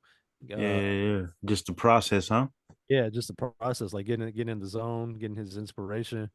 And yeah, the very long sessions. So this particular one, the very first one, um, me Peru's there with me, and he has 2 friends with him. One, his name is Pimpin' Young, who's also a pimp. If that if that wasn't obvious, but his name is Pimpin' Young. He's from Pomona. He's really dope guy. But yeah. So somebody's female got like arrested that night, and this like 5 in the morning, and we end up standing in a circle, and we're holding hands, praying that his girl gets out of jail. And by girl, I mean, you know what I mean by that. Mhm. And I'm just like, me and Prue are like looking at each other. His employee. Supposed to be like in a That's a prayer, funny but story. we're opening our eyes while everybody else's heads are down. Oh Me and shit. Prue are looking at each other like, bro, what are we doing here? Well, shout out to Sugar Free, man. Hell yeah. That's an experience, and he is so dope. I love working with Sugar Free. He does like, yeah, bar per bar, and he is Mm. really like he's making himself like laugh. Like he's trying to come up with like comedic lines. I mean, you can't tell that he's trying to come up with it, but he's just like in his head, kind of like talking to himself, and it's just an experience. Um, yeah, That's amazing. I mentioned J Rock already. The East Siders, J Rock's dope. sure. Uh, yeah. I don't know. I'm just drawing a blank right now. Those some pretty big names. Reason. He's Reason, yeah. shout out to Reason. Um, Oh, I got a song with Soldier Boy too. It's crazy. Yeah. Oh shit. Like, this is like older material, so I'm like forgetting. But yeah. I got a record with Soldier Boy. I have a record with Lil Bow Wow because yeah. Oh he's shit. I don't know if you guys remember, but for a moment, Lil Bow Wow signed to Cash Money. Mm-hmm. So while he was with Cash Money, Glasses was with Cash Money, and yeah, that's how that happened. Song with Bow Wow. Oh, on that remix of that song, I have of verses from like so many different jerk rappers at the time, like Tay of Third, Asia Lynn, YG, which I mean YG I guess was like kind of in that jerk like era before he became who he is now. But yeah, I was feature with a very early version of YG. Um and yeah, I don't know. That's a lot of West Coast legends for sure. Amazing, yeah. bro. West Coast to best coast. Yes, sir. Represent. That's a TG's a nice legend resume. himself, bro. Yeah. TG's a legend himself. You know what I mean? No doubt. Facts. Out here working. Oh, here working. Getting it in. Hell yeah. Well, Hell yeah, bro. Well, I think we did it, boys. We'll get some media out there. We'll push out the the content when as the album's getting ready to go. Start rocking this thing, man. Let's get it. Yeah.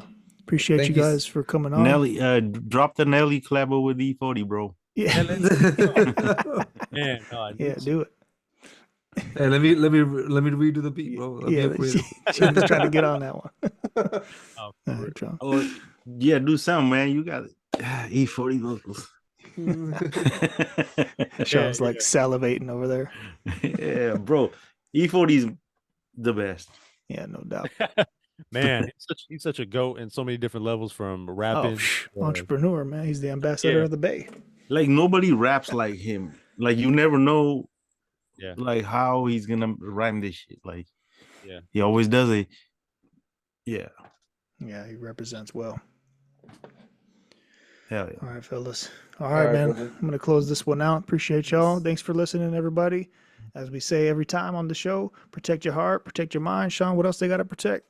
Protect your pin code. Hell yeah, no doubt. All right, y'all. Peace. Thank you, sir.